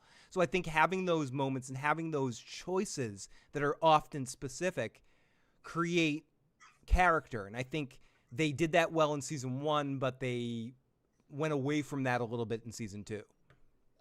Yeah, they went a lot away from it in season. Yeah, they did. Yeah. They did. I'm being nice. But I think those specific moments is what makes actors great. Like finding those tiny moments. Those are the things that people like Pacino, De Niro, Brando live on. Like those little, especially Brando, those little moments. Like watch his whole performance in The Godfather. He's finding these little subtle things. The cat was just a stray cat on the set that he picked up and decided to use. You know, it's like little things like that. People want to make fun of him for reading stuff off cue cards. It's because he didn't care about the words. He cared about the emotion that he was trying to get across. Yes, was he lazy at the end? Yeah, but that's not what I'm talking about. Like he was carrying across like true emotion, and I think that's what's most important. I think. Anyway, sorry, I'm babbling about character stuff, but no, like I don't think you're babbling. I think you're on the money. It's like specificity does create characterization, and I think people relate to specificity so much because it helps you ground yourself in a certain character. So it's like the little things that a character did on Game of Thrones or The Walking Dead or this show or whatever, it's like, or Breaking Bad, you know, like Walter making 52 out of his bacon. You know what I mean? Just, he did this as a little ritual to himself, and it's enriching because you go, he's been doing this since they were married, probably. Yep. Like, this is, and it might add even more layers in your own theater of the mind because you're going, Skylar probably used to do this. Or his mother used to do this, and now he's doing it. And it's very lacking in any ceremony, and it doesn't feel fun, but he does it because it's kind of like the only decent thing about his day is the bacon spells out his birthday. You know, like Saggy Star has an interesting question that I want to ask. I hate to say this, but I can't wait, and I wonder if we would feel differently if we saw this show before Game of Thrones. How would you think you'd feel about this series if you saw it before Game of Thrones? Significantly better, probably. I think this show was wounded by Game of Thrones because of the negative reaction to the finale. 100%, but the fact that it was able to win people back over, and I said this about season 1.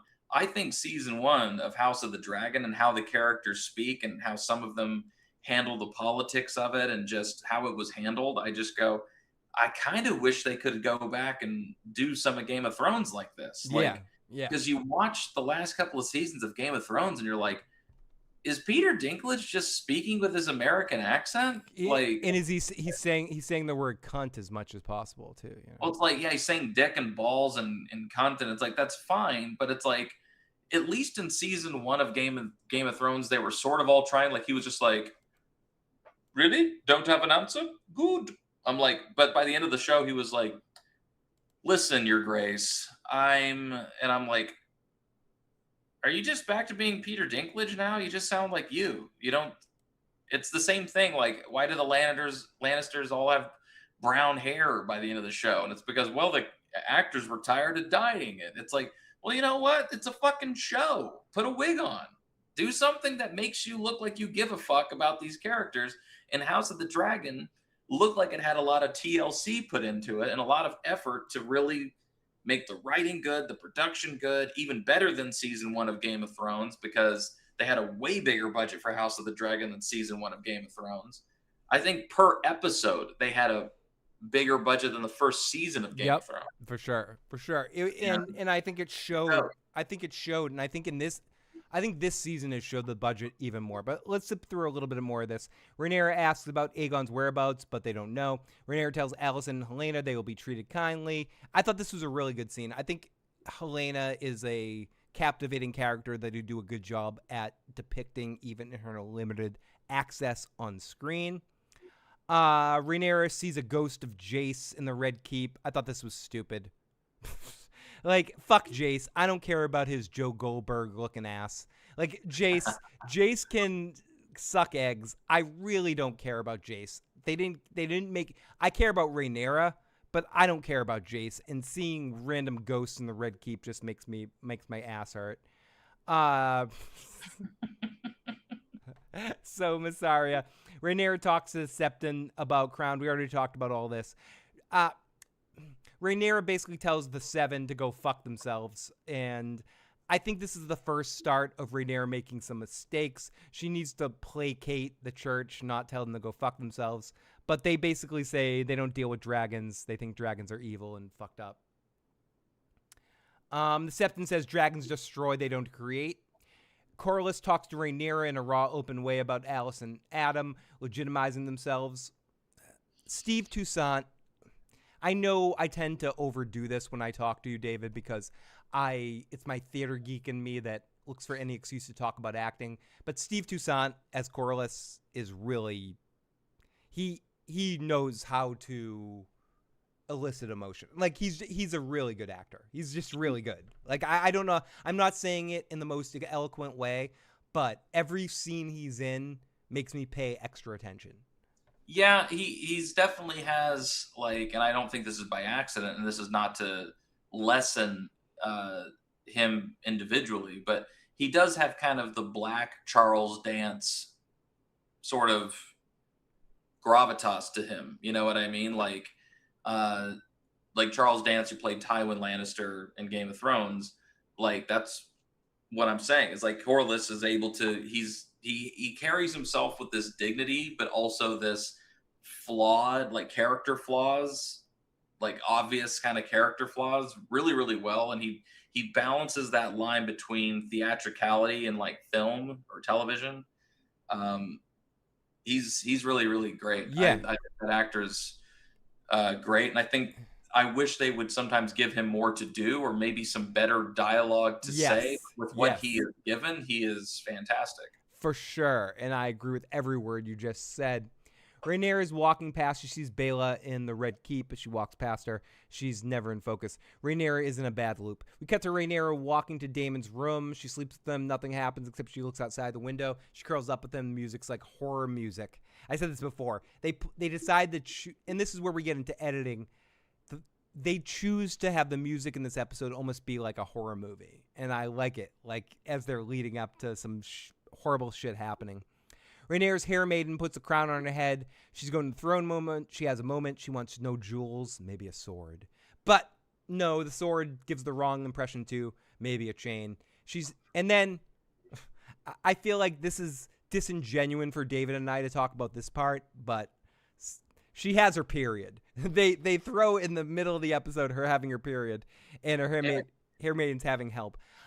Do you like that they put this in the episode that they had? I think I like it too, because it shows that I will say I've lived with women my whole life. It happens at the worst times, doesn't it, girls? It happens at the worst fucking times. When you don't want to have, it's like an erection in public. It just happens when you don't want it. I agree, and she's had a history of this where she, like, her breast milk showed when she was in a small council meeting, and so she's kind of, I can already hear. Okay, this is such a complicated thing. It shouldn't be this hard to answer, but unfortunately, society is what it is. Yeah, right it now. is. It is what it is in this day and age. But let me tell you something, you guys. 2014, I can answer this shit lickety split. David, when I first met you, you'd have no problem answering this shit. But now I don't have a problem. It's just me neither. But in this day and age, we have to be more selective. I have to make one of those anonymous YouTube channels where I don't even have a picture of myself, and I use a different accent the entire time, and I never break. You could do it. I mean, you're so well doing different characters. You could pull it off. It's weird. John C. Reilly made this like awful review channel where he's just like super bigoted. Like, oh really? No, I'm just saying, like, wouldn't that be funny if that's what I like went that's what you think you tell you something about Rhaenyra, you know, like having a period or whatever. Like, you couldn't be sued for like libel or anything like that. Yeah, copyright infringement. Yeah, you'd be fine. So her having her period. I'm all right with it. And I thought it was handled actually good in the sense that it shows that the show must go on. Like you can't stop. And this is not something, the emphasis was played for, this is not something that would happen to a king. No. But she is dealing with more than what a king might have to deal with. And at the same time, this will be perceived as weakness, not strength, because kings, whether they're sick or they're ill or they're missing a hand or, you know, decrepit, they are expected to show up, and she wants to be anywhere but doing this on top of the fact she has her time of the month or whatever. Yeah, and I also thought it was played in a Griswoldian sort of way, in that as bad as things could get, it can get a little worse too. You know, like as everything's happening, it's a perpetuating Well, and let me ask you this. Catastrophizing. Is there any intelligence behind the fact where it's like Viserys, you know, he was sitting on the throne and he cut himself and he bled, meaning that he wasn't right for the throne. They didn't have Rhaenyra get cut, but she's bleeding while on the throne. Ooh, I didn't even think about that, David, but I do think there is some element of synergy to what you just said, for sure. Because if that's what they're getting at, then I like it.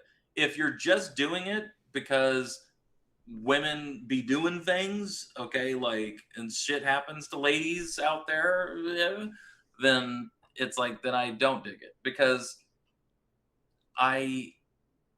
they've done a good job in the past of showing that Rhaenyra will buck up and push through pain to you know, to show Alicent the baby, to she has milk at the small council. That's when she offers to wed their houses as a bargaining chip, and you know, Viserys is like, good job, you know, or whatever, like, that's my girl or whatever.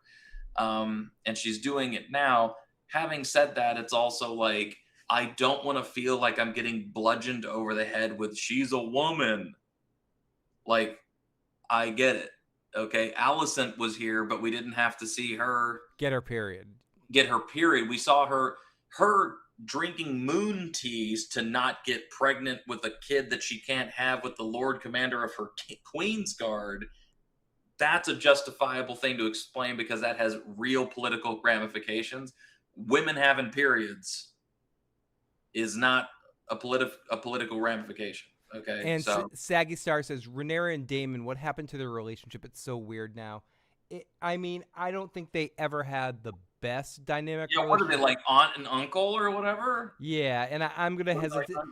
I'm gonna hesitate to play the Rhaenyra Uncle Fucker song, but just because we're going crazy on time here, but yes. Okay, but let me zip through this a little bit. So Rhaenyra sits on the throne to take petitions and all that sort of shit. And this is just feel bad for the poor situation. A friend of Massaria shows up and asks for justice for what the small folk have gone through. Daemon at the table, they eventually get to the sit-down table, and Daemon's like, we got to be careful blaming all the nobles for what's happening. Massaria and Daemon clash, and they go back and forth. They've been going back and forth all episode. Rhaenyra says, fuck that, I'm going to drink my tea. Rhaenyra asks Corlys for advice, and he's just like, I don't give a fuck, do what you want. Why aren't you making my kids legitimate yet? Like, fuck you, I don't want to talk to you yet. He is the most impatient. This is the thing, like, she fucked up in how she responded, because I would have just been like, not now, and moved on. Totally. But and I think that is part of the mistakes that, what was that previous caller who said that? Like, one of the mistakes she is making is, if you are royalty, if you are the queen, you do not have to have an audience with every single person. No, you make the decision. You make the decisions. You don't owe anybody anything, and the world revolves around your schedule and your pleasure. Okay. Yep. They said that to Eddard Stark in season 1, like episode 2 or something of Game of Thrones, where Varys said that to the Hand of the King. And they said that they attend the small council meetings and make all the decisions because Robert doesn't want to be bothered with these. And Littlefinger was like, we are the master of small decisions here, or whatever the fuck he said, and back when his accent was different. And which is why I didn't bother doing the impression that time. But yeah, you shouldn't entertain an audience with every single person. And for sure. If you don't have a good answer, I don't know what this habit is of both Rhaenyra and even Aegon answering and then not heeding the counsel of the person who is on the steps of their Hand of the King. Like Otto tells Aegon, like, we can't make their livestock whole because we need to feed the dragons in case if they have extended fighting. And I think the episode was called Small Folk, when he was sitting in front of people and hearing their thing. And that's when Hugh the Hammer talks to Aegon about getting money for building stuff. I don't know what it is about the king or the queen just like not heeding any counsel, not letting that person come up to the Hand and then have the Hand relay information, then speaking. Yeah. Have we ever seen depicted on this show a good king that knows how to use his counsel in the right proper way? I don't think we've really seen that yet. Anyways, let's listen to a voicemail we have from Pete's Live Music. I was watching this episode, and I'm wondering, where's her Queen's Guard? Shouldn't she have, like, Queen's Guard? Get somebody. Because Damon's out of town. If he's right next to her, then she's safe, obviously. But, like, she's ticking off the nobles. She's got the citizenry not happy with her. She's got Pizza Rat running around. She's got all these, Corlys ain't happy with her. So, there's a lot of animosity towards the queen, and she's like walking around and going to their bedchamber and stuff like this. It's like real casual. She should have a Queen's Guard. I thought that was kind of odd, or maybe a little miswritten. Like, you figure she'd have some massive security with her. I don't know. No, I hear you. She probably should have had a little bit more. I mean, I think she could have got away with having one guard, and if it was sorry, I'm messing up because I'm trying to stall for time. And if she got that one guard, it would have been effective, and his name would have been Dickon. But I can't get to the song quick enough to play Dickon right now. But yeah, I think it would be Dickon for sure. Dickon, Dickon, Dickon. Dickon, Dickon, Dickon.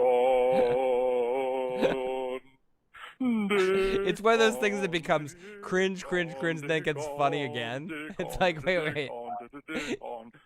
That is this show, okay? With the sound drops for this show, they all were like super cringy, and then they all became the staple, like the "Shut Up, Joe" or whatever, like. Yeah, that is the lore of this podcast. It's all those things are cringe that becomes okay. Here's another issue that Rhaenyra, I think,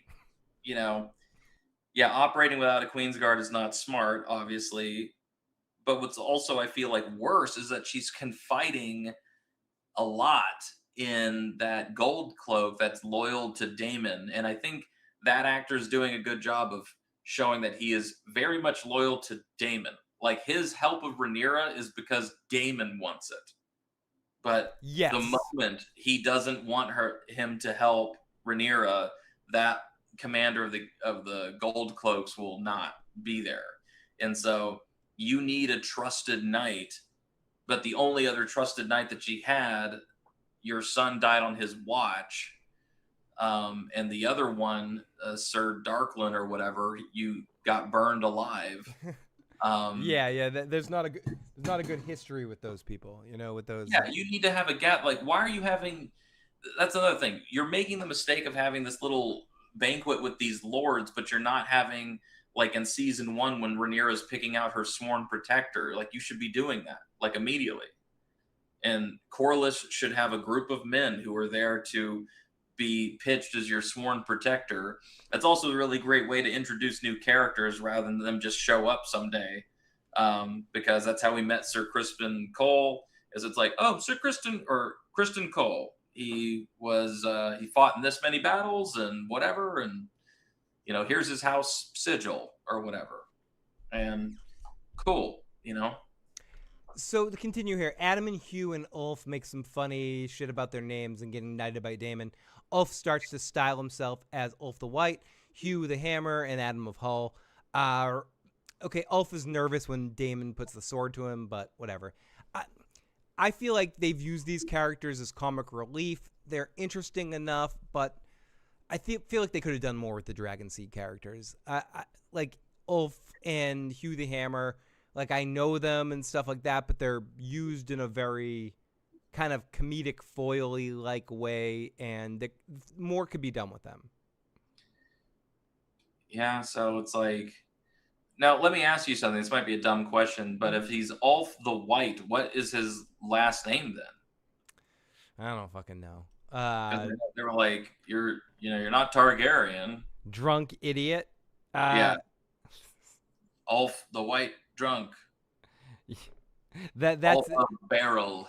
That seems appropriate. Ulf the White drunk. So Daemon makes them knights, and Daemon made them knights in the most douchey way possible. I can't explain it, but the knighting scene was very much like Daemon was like tickling his own asshole while he was doing it. It was weird. Yeah, that was a very weirdly executed series of events. It was for sure was. And then, by the way, sorry, this is a stupid aside. You're fine.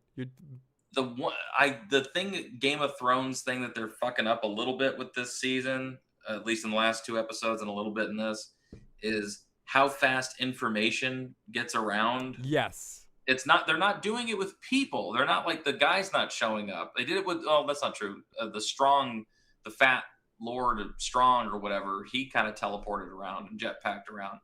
But information of like Jace's death was like found out immediately. Like people in the Vale, hundreds of miles away, were like, "I heard Jace died." I'm like, I think Jace just found out that he died. And you know that he died? Yeah, they read it on the Westerosian internet. Like she just fucking landed. Like she just showed up here going, "I need asylum," and you should have been like, "For what? What did you do?" That would have been a good moment to express that, but she's like, "I heard Jace is dead. Thanks for killing the whole scene." And then Corlys shows up. He's like, "I heard that you tried to knight my son and you named him Ho. What the hell?" I'm like, how fucking fast does news travel? It does. There must be a Westerosian internet. So Hugh asked Rhaenyra for, hello, so like, I'm a knight and shit. How do I get a living? My wife's in Tumbleton. And then eventually Templeton gets taken later in the episode, so he's going to be pissed off. They'll connect that in the next episode.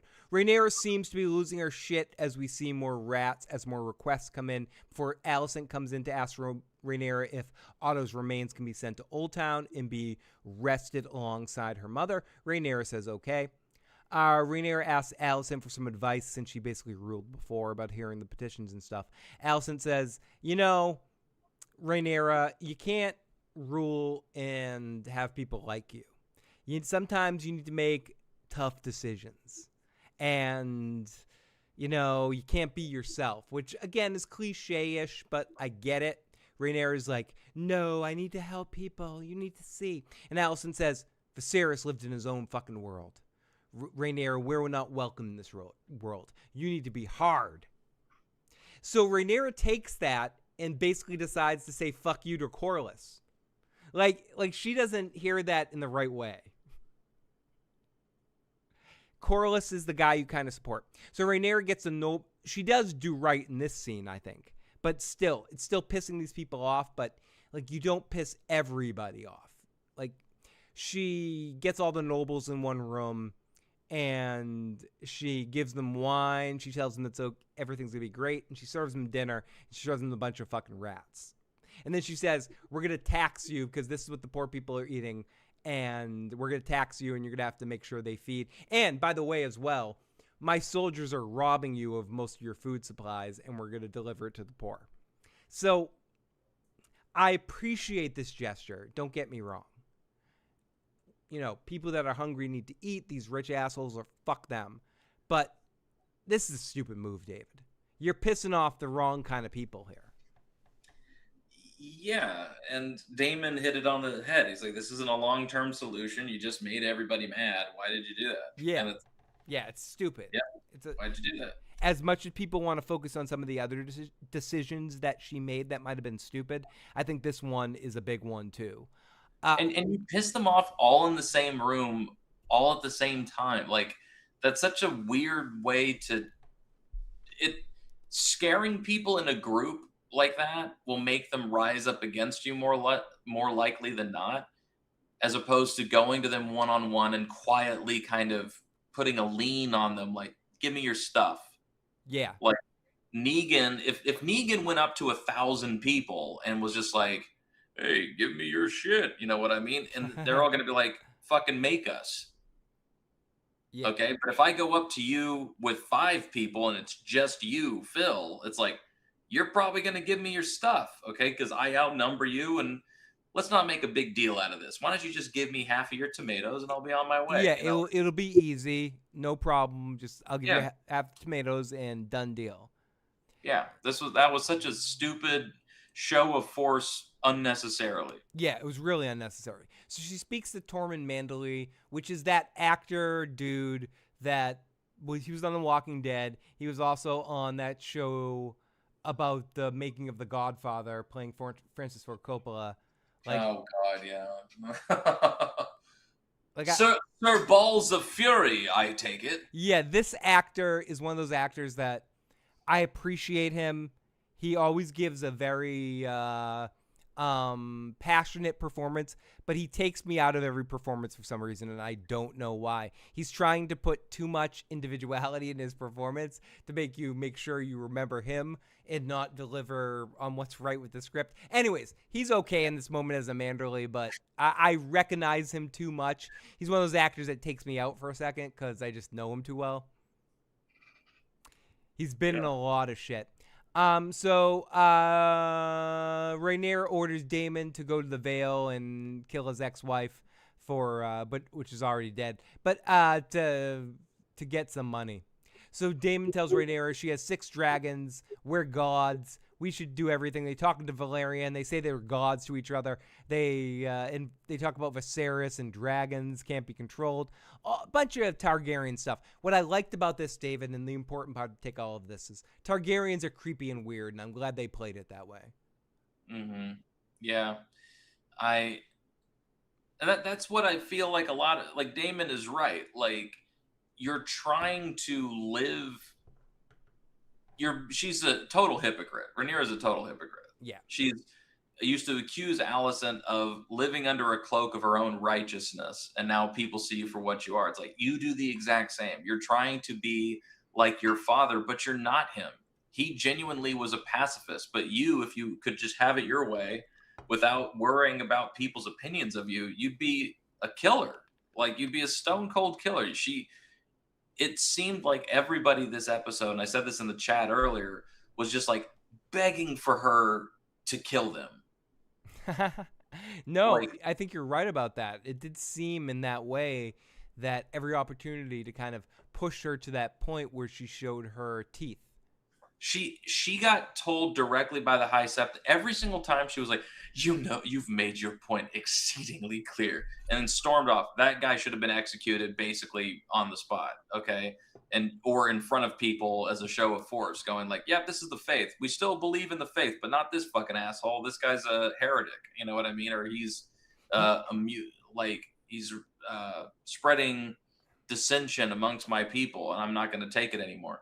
Corlys, the Hand of the King, calling your sons bastards, the thing that you killed his brother for, in the courtroom, you know, in front of everybody. And it's like, and he said it in this hallway, and he said it where all of those workers back there stopped working and heard. Yeah, they all paused and were like, I hear what you're saying. and you just allowed it, and you walked the other way without immediately addressing those people, going, "You will speak nothing of this, or all of you are dead." You know what I mean? Yeah. Like there was no show of force in the correct moments and unnecessary force in the wrong moments. Yeah. So yeah. And I think all of those elements is part of what made this a engaging episode. They are gods, blah, blah, blah. So Rhaenyra looks at Daeron sleeping in the room with again, the song. The music is very intense in this moment. She picks up a piece of a toy he's playing with. Rhaenyra and Mysaria, she feels nothing but rage. She can't sleep. Mysaria scenes I almost want to fast forward through sometimes, but I'll deal with it. I don't. We already went there. It's no use to continue. But this actress, seem very sad. I don't understand why you seem so sad. You seem sad. I do, because this actress offers nothing. She's like the black hole of acting in some ways. She is a personality void. She is. And she offers nothing in return. She's just doing what she's doing. And there's no balance. Especially, I mean, anyways, I don't want to trash her too much, but Rhaenyra and Mysaria, they just feel nothing. I felt nothing too, but rage. And they talk about getting revenge on the ones that killed her sons. Rhaenyra is walking amongst the small folks in King's Landing. She gives a speech, blah, blah, blah, and she hands out a bunch of food. Rhaenyra is walking in the hallways. She refuses to give Corlys. She decides, we talked about this a lot before, but let's get into this one last time. She refuses Corlys' request to legitimize his sons. And she talks about all these sacrifices. She says she can't do it in this moment because of the rumors of her own sons. Corlys insists, considers this an insult, says, "My castle's dead. I worked hard for you. Never asked for anything. And to make this is all to just make yourself look better." Corlys calls Joffrey a bastard. He calls Luke a bastard. He calls Jace a bastard. He said she's shocked, and he's just like, "Fuck you. Your kids are bastards. Mine are denied. Like, why? Fuck you." David, do you think there's any rationalization in Rhaenyra's decisions here, or do you agree with most everyone that she majorly fucked up here? Like I said, the only reason I can think is that it comes from an insecurity about your own claim to power, and you don't want to legitimize two men from the second most noble house in the realm because they could rise up,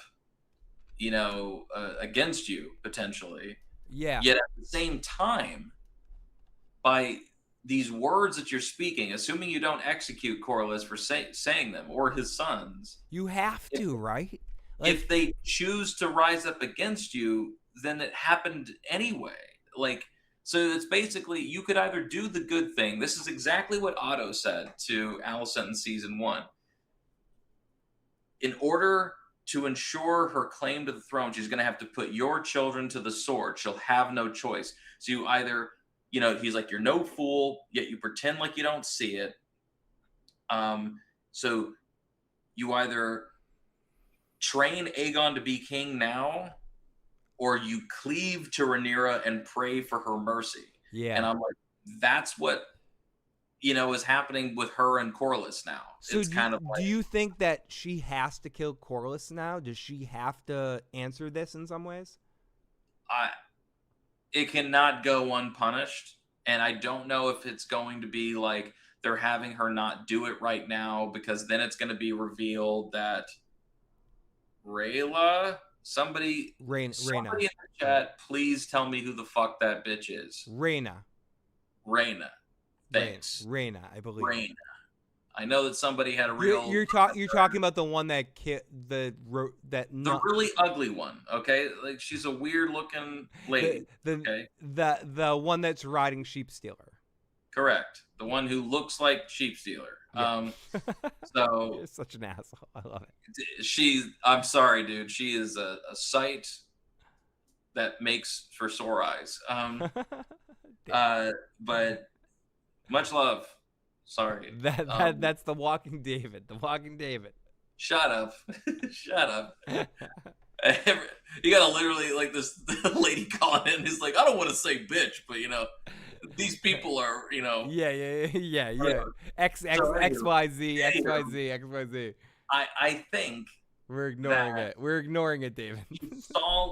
She's got to stall, or they're writing it to where she's not going to do it now. She's going to find out that Rhaenyra killed her sons, and then use that as an excuse to double down on not legitimizing them, going, your own blood killed my sons. Yep. Or one of my sons. You know what I mean? And I think that's probably why the show creators decided to drop the character of Nettles, because they fell in love with the idea of having this rivalry and having her ultimately discover that it's connected to Corlys's family and connect to this rivalry that's going to be set up now. That being said, I still think it was a mistake, but whatever. Yeah. You cannot. At the very least, you should remove him as being your hand of the king. You can't have somebody openly say a treasonous statement like that who's hand of the king. I'm guessing he's just going to leave. We got a couple of voice messages here. Let's get this before we finish off our recap here. Oh, shit. So, of course, this is he. Where did they get hair dye in Westeros? There's never been hair dye in Westeros. And I want to know where they get hair dye. That's a good question. If they have hair dye, I mean, yeah, he cut his hair, white, but don't you think that they would search the rest of his body to see if, he was a natural Targaryen first? Like, he's old enough to have armpit hair, maybe? I don't know. I'm just saying, that's such a lame plot point. Anyway, love you, buddy. Talk to you later. Bye. Love you too, Heath Hinton. Thanks for the voicemail. I think Heath Hinton makes some good points. Where's all the hair dye in Westeros? Where's all the hair dye? How come they don't got no Why are you hair talking about that hair dye? Where's the hair? Heath Hinton, thank you for the voicemail. You're the best. This bitch ain't no Taroshi. I don't understand. I don't know what you're talking about, Dave. I don't know what you're talking about. If you need something, help that queen out for sure. And let's listen to one more voice. Somebody said Taroshi in the comments. Yeah, they totally did. Let's see. Oh, we got one more message from our caller before. And I'm a fighter. I do kickboxing. I would fucking rip the shit out of everybody. Yo, nobody wants to try me. Oh my God, bro. You put me in. Yo, I will tear everyone apart. But here we are. David, I'm afraid. I wouldn't fuck with this girl. I wouldn't either. It sounded like 3 people answered that phone call. That was scary. Is that Massaria calling in? That was scary. There's some white worm shit going on right there. So Alicent wants to see Daron one more time. He hasn't seen him in 5 years. Rhaenyra tells Daron tells Rhaenyra that Daron will go to the wall. And Alicent stays quiet. She goes, "You feel better? You killed my fucking dad? Fuck you." Rhaenyra can't tell Alicent doesn't know. Oh, so she comes in a room, and almost immediately Rhaenyra can tell that Alicent knows that this isn't Daron. And I think I liked that the show broke the fourth wall and decided to make us all aware of Olivia Cook's eyes. Because once she stepped in the room, her eyes told everyone that this wasn't Daron. And Rhaenyra was like, "Oh, you don't know this is Daron." And I'm glad they did that because they made us aware of it in the universe. And I have to, again, I said this earlier, I applaud Olivia Cook on her performance in this moment because I would love to play poker against her because her eyes say a lot. She does a really excellent job with her eyes. And as I said, she's able to elicit different colors of her performance just from the tone of her eyes. And that is an excellent talent to have. It just really is. She has complete control over her windows to the soul. She does, David. And and she knows it. And she has fun with it. And it's captivating as obviously I'm far lower down on the totem pole than David or her. But as an actor, it's also it's just like an inspiring kind of thing. It's like, oh shit, that's fucking awesome. So to finish off this episode, Alicent tells Daeron he'll go to the wall. Rhaenyra tells, Dragon Keeper shows up and says, basically we figure out that Daeron's a fake Daeron. Alicent's like, that's not him. And she admits it right away. And Rhaenyra freaks out. Then some Dragon Keeper guy shows up and speaks a whole scene in Valyrian that, whatever, this was weird. This was a weird scene. I don't remember what happens because of that. Yeah, he basically tells her that Tumbleton was taken hostage and all of her people are being held as like a human shield. And Rhaenyra says she'll burn them out, and Dragon Keeper's like, you can't burn your own people. She wonders why Aemond is what he's trying to accomplish because she can win. She's ultimately going to win. And that's the end of our episode. It ends right there. David, overall, before I let you go, what were your overall thoughts of this episode? Is you think this is heading more in the right direction, or are you a fan of House of the Dragon, or is this more of a show you watch out of sunk cost fallacy for A Song of Ice and Fire? It's a bit of sunk costs, but I will say that I really loved season 1 of House of the Dragon. There were parts of season 2 that I thought were very good, but there were 60% of that season was kind of just boring trash. It could have been deleted. And then season 3 so far has had some really good moments. I don't know. I'll know by the end of the season if I'm going to watch any more. You know what I mean? But at this point, there's only one more season after this. So, Right, for the sunk cost thing. But at the same time, if you fuck it up bad enough, I could see myself, checking out. Yeah, being on principle, just being like, I'm not going to watch the final season. Fuck this shit. Yeah, because I am getting tired of these shows stringing people along. But let me answer your question first, though. I would say that this episode got me a little bit more on board for this season than the last two. Me too. It had more of the political intrigue and more of the claimants to the throne and dealing with the inner workings of how a kingdom functions that I kind of like. Okay, it kind of was like a medieval procedural. For sure. And even the way that the music carried it through and the plot carried through was very procedural, very elemental in the way of what's it like in the day of the life of being the queen.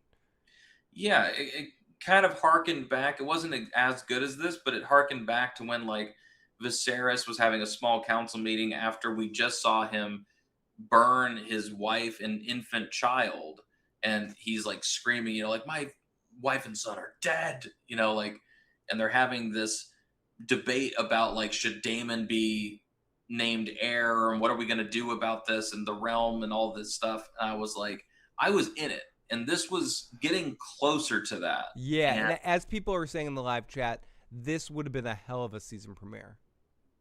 Yeah, dude, and you were so right. I think you said Carmine said this. Yeah, Carmine said that. Feel like a season premiere.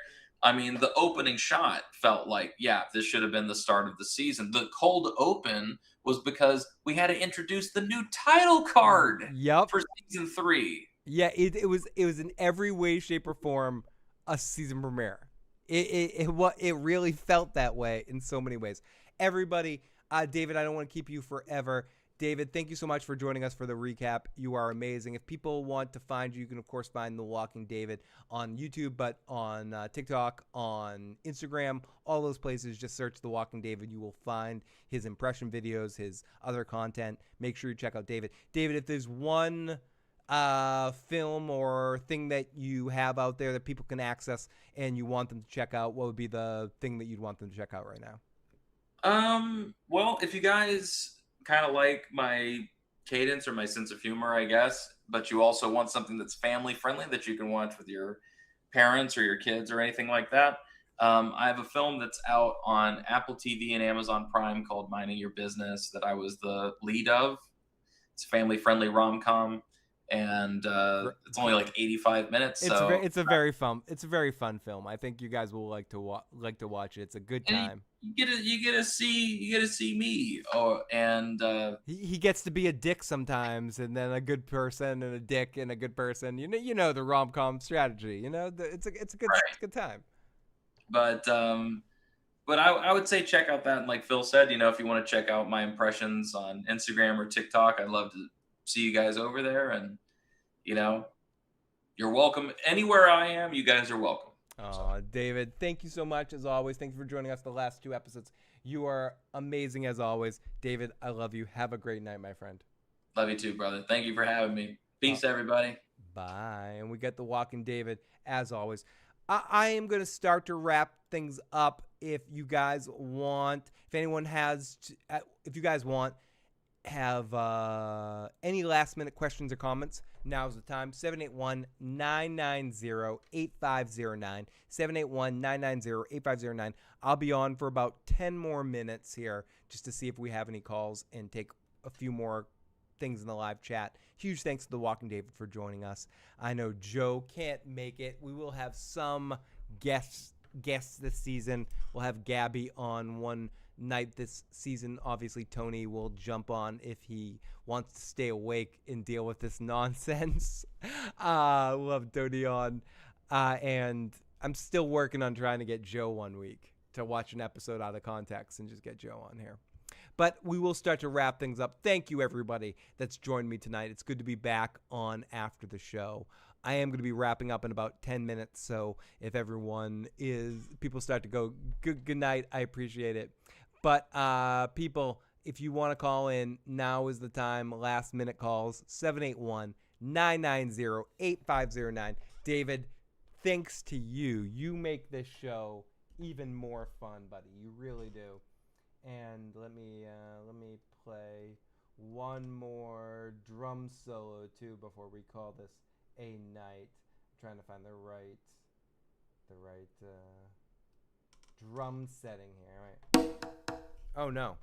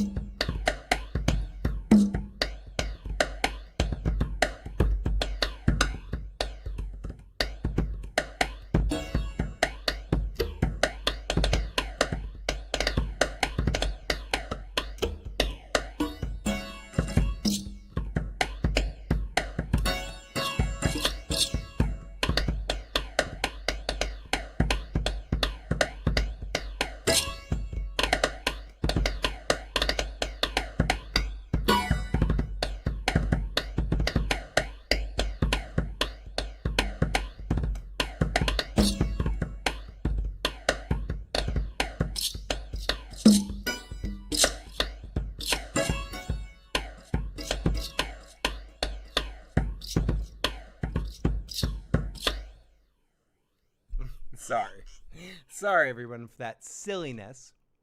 I love all of you because I can't call in till I unblock. Yeah, you need to unblock my number. I've been chronically calling Jesse's number over and over again. Thank you to everyone that's joining in tonight, and everyone that called in, and everyone that donated. You guys are all unbelievably amazing. And I appreciate you. So, what are people's? Oh, let's answer our poll here. I put a poll in the live chat. Oh, holy shit, we got 70 votes. Awesome. 70 votes in our poll. Thoughts in this episode? Is it?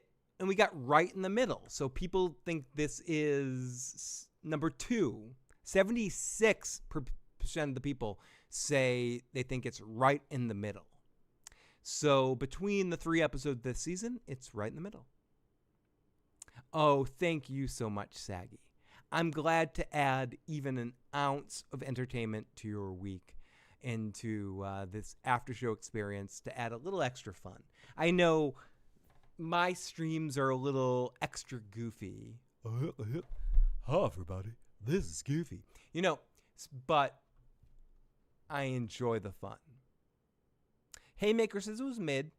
Monty says, Daryl, I know what happens at Harrenhal, but I'm going to be surprised. Me too.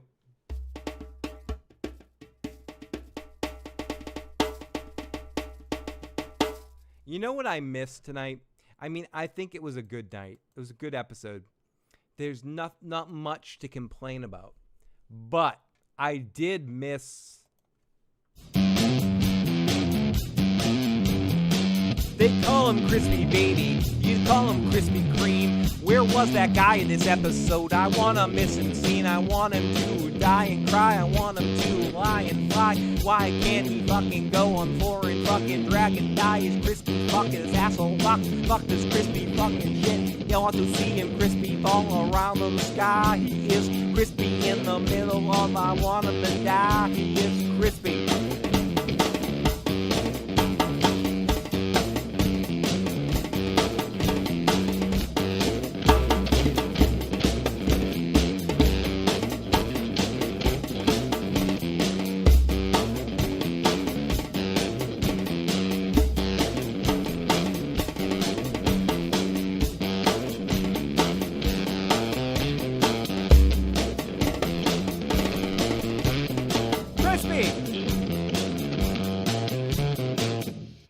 You know, I just miss a little crispy. I miss Sheep Stealer as well. I mean, now that we're a little bit more into the season, people that feel similar to me about the Nettles situation with Sheep Stealer and Lena, do you understand where they're going with in this kind of situation? Are you still upset that we're not seeing Nettles? I'm curious where your perspective is on this. Billy Bob Thornton could voice Sheep Stealer.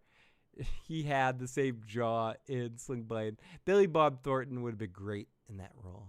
Karma's a bitch, and so is Krispy Kreme. There's a bounty on Sheep Stealer and his rider. I wonder what's going to happen considering what Corlys said to her when she finds that out. It's going to perpetuate some perpetuation. No, it's going to be a fucked up situation. There's a bounty on Sheep Stealer, and it's going bad. Okay, well, where are we right now? Okay, we got 5 more minutes. This is our 5-minute clock. If you have any more questions or comments, now is the time. 781-990-8509. Call in, talk to me live 101. 101? 1-to-1. This isn't a class. This isn't freshman year. You're not doing communication 101 by talking to me. But if not, that is all right.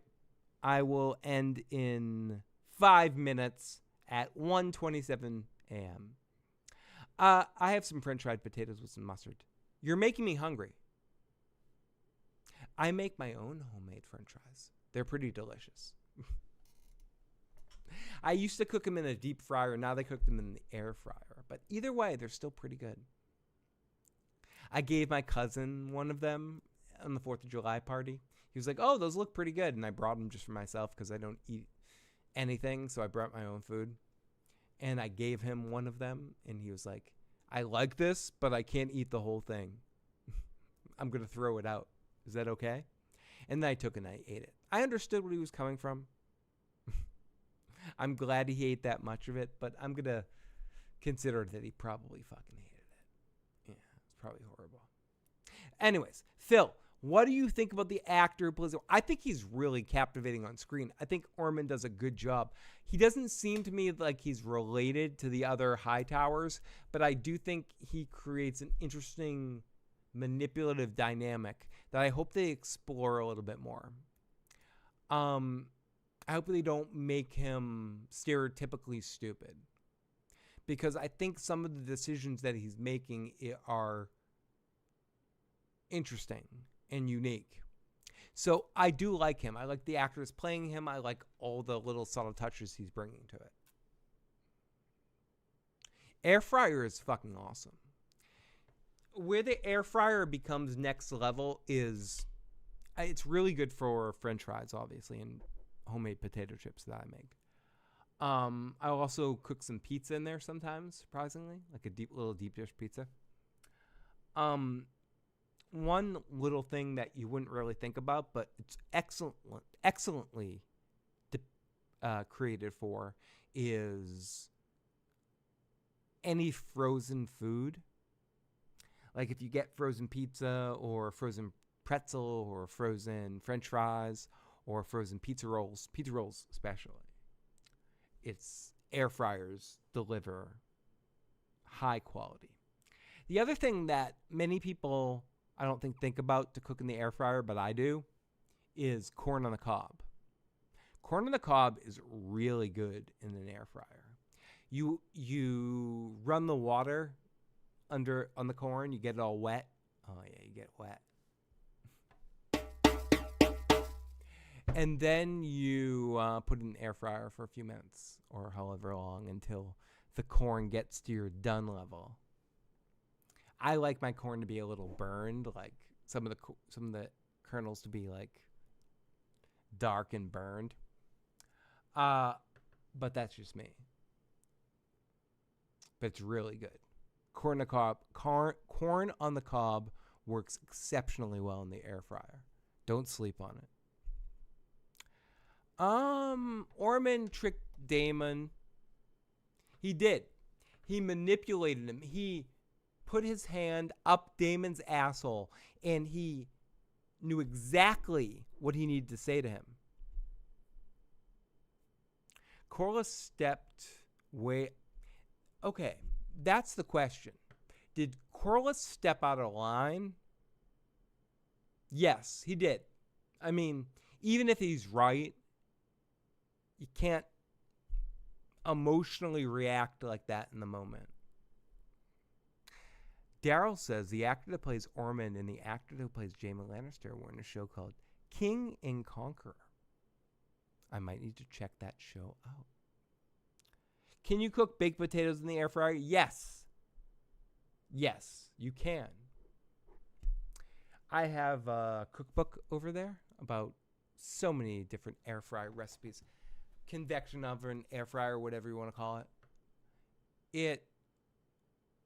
Yes. I haven't personally made a baked potato, but I do make potatoes quite often in the air fryer. More French fries or homemade potato chips. But a baked potato would be no problem. Okay, everybody. Thank you to all of you that have joined in the show. Especially huge thanks to The Walking David. But amazing thanks to everyone that super chat, donated, or became a channel member. And, everyone else, fuck you guys. What the fuck's your problem? I don't know what the fuck's wrong with you. Can't be channel members, can't super chat. What are you fucking... I'm kidding. I appreciate all of you just as much. Thank you so much. I will be back next week to talk about the next episode of House of the Dragon. You guys are making me hungry. I might need to make food right now. I might. You never can tell. But, you guys are done hearing me talk. If I continue, I'm going to end up drunk karaokeing because I'm starting to get a little buzzed. I think I just crossed that level a little bit into, whoa, dude. Oh, shit.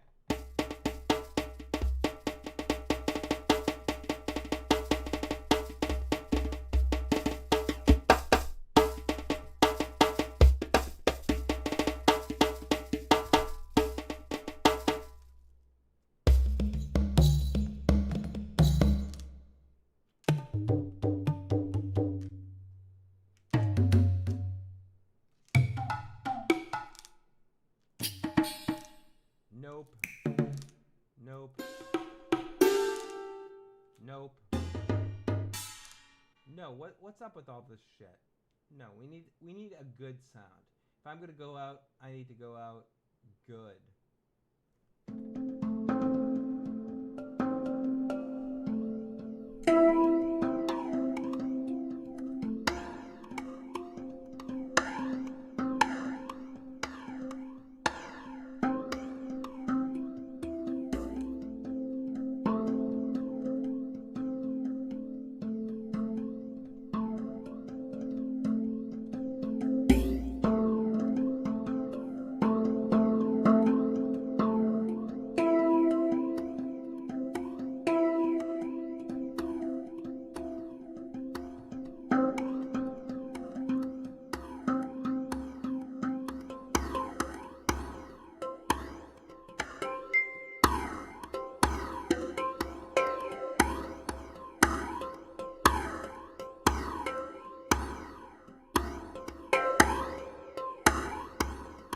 If you haven't already,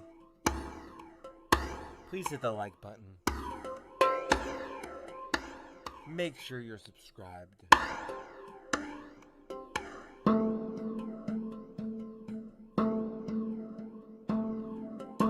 If you think you know anyone that would like this silly nonsense, share the channel with a friend.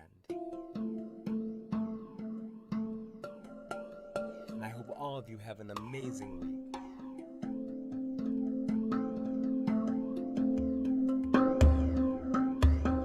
Good night, everybody.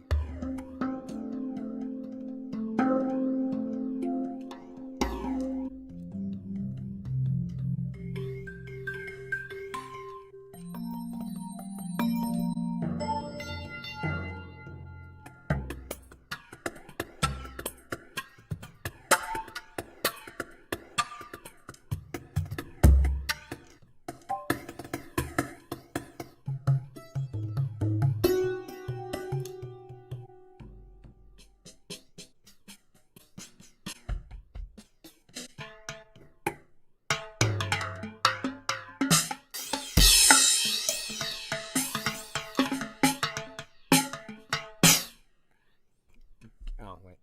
Good night, everyone. Sorry for the extended drum stuff. I'm in a drum mood. I'm like, I could make this stream last like another 45 minutes just to play the drums.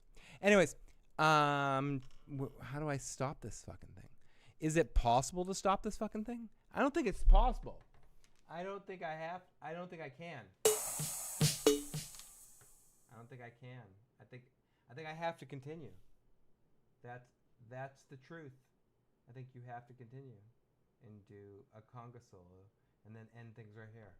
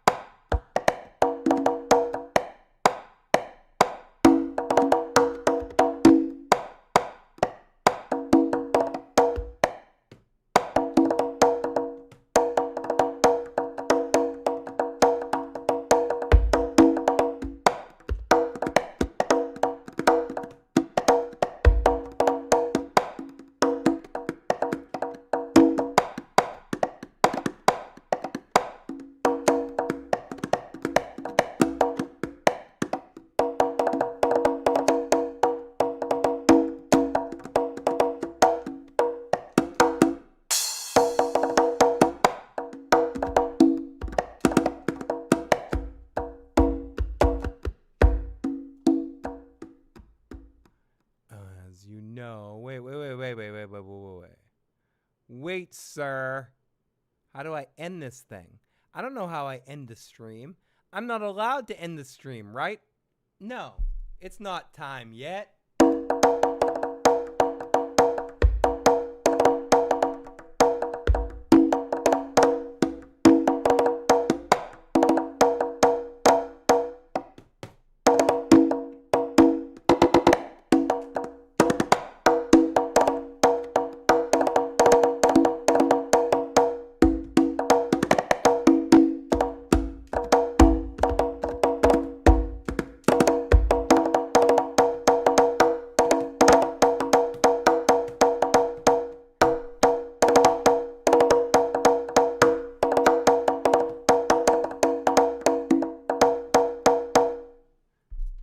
No.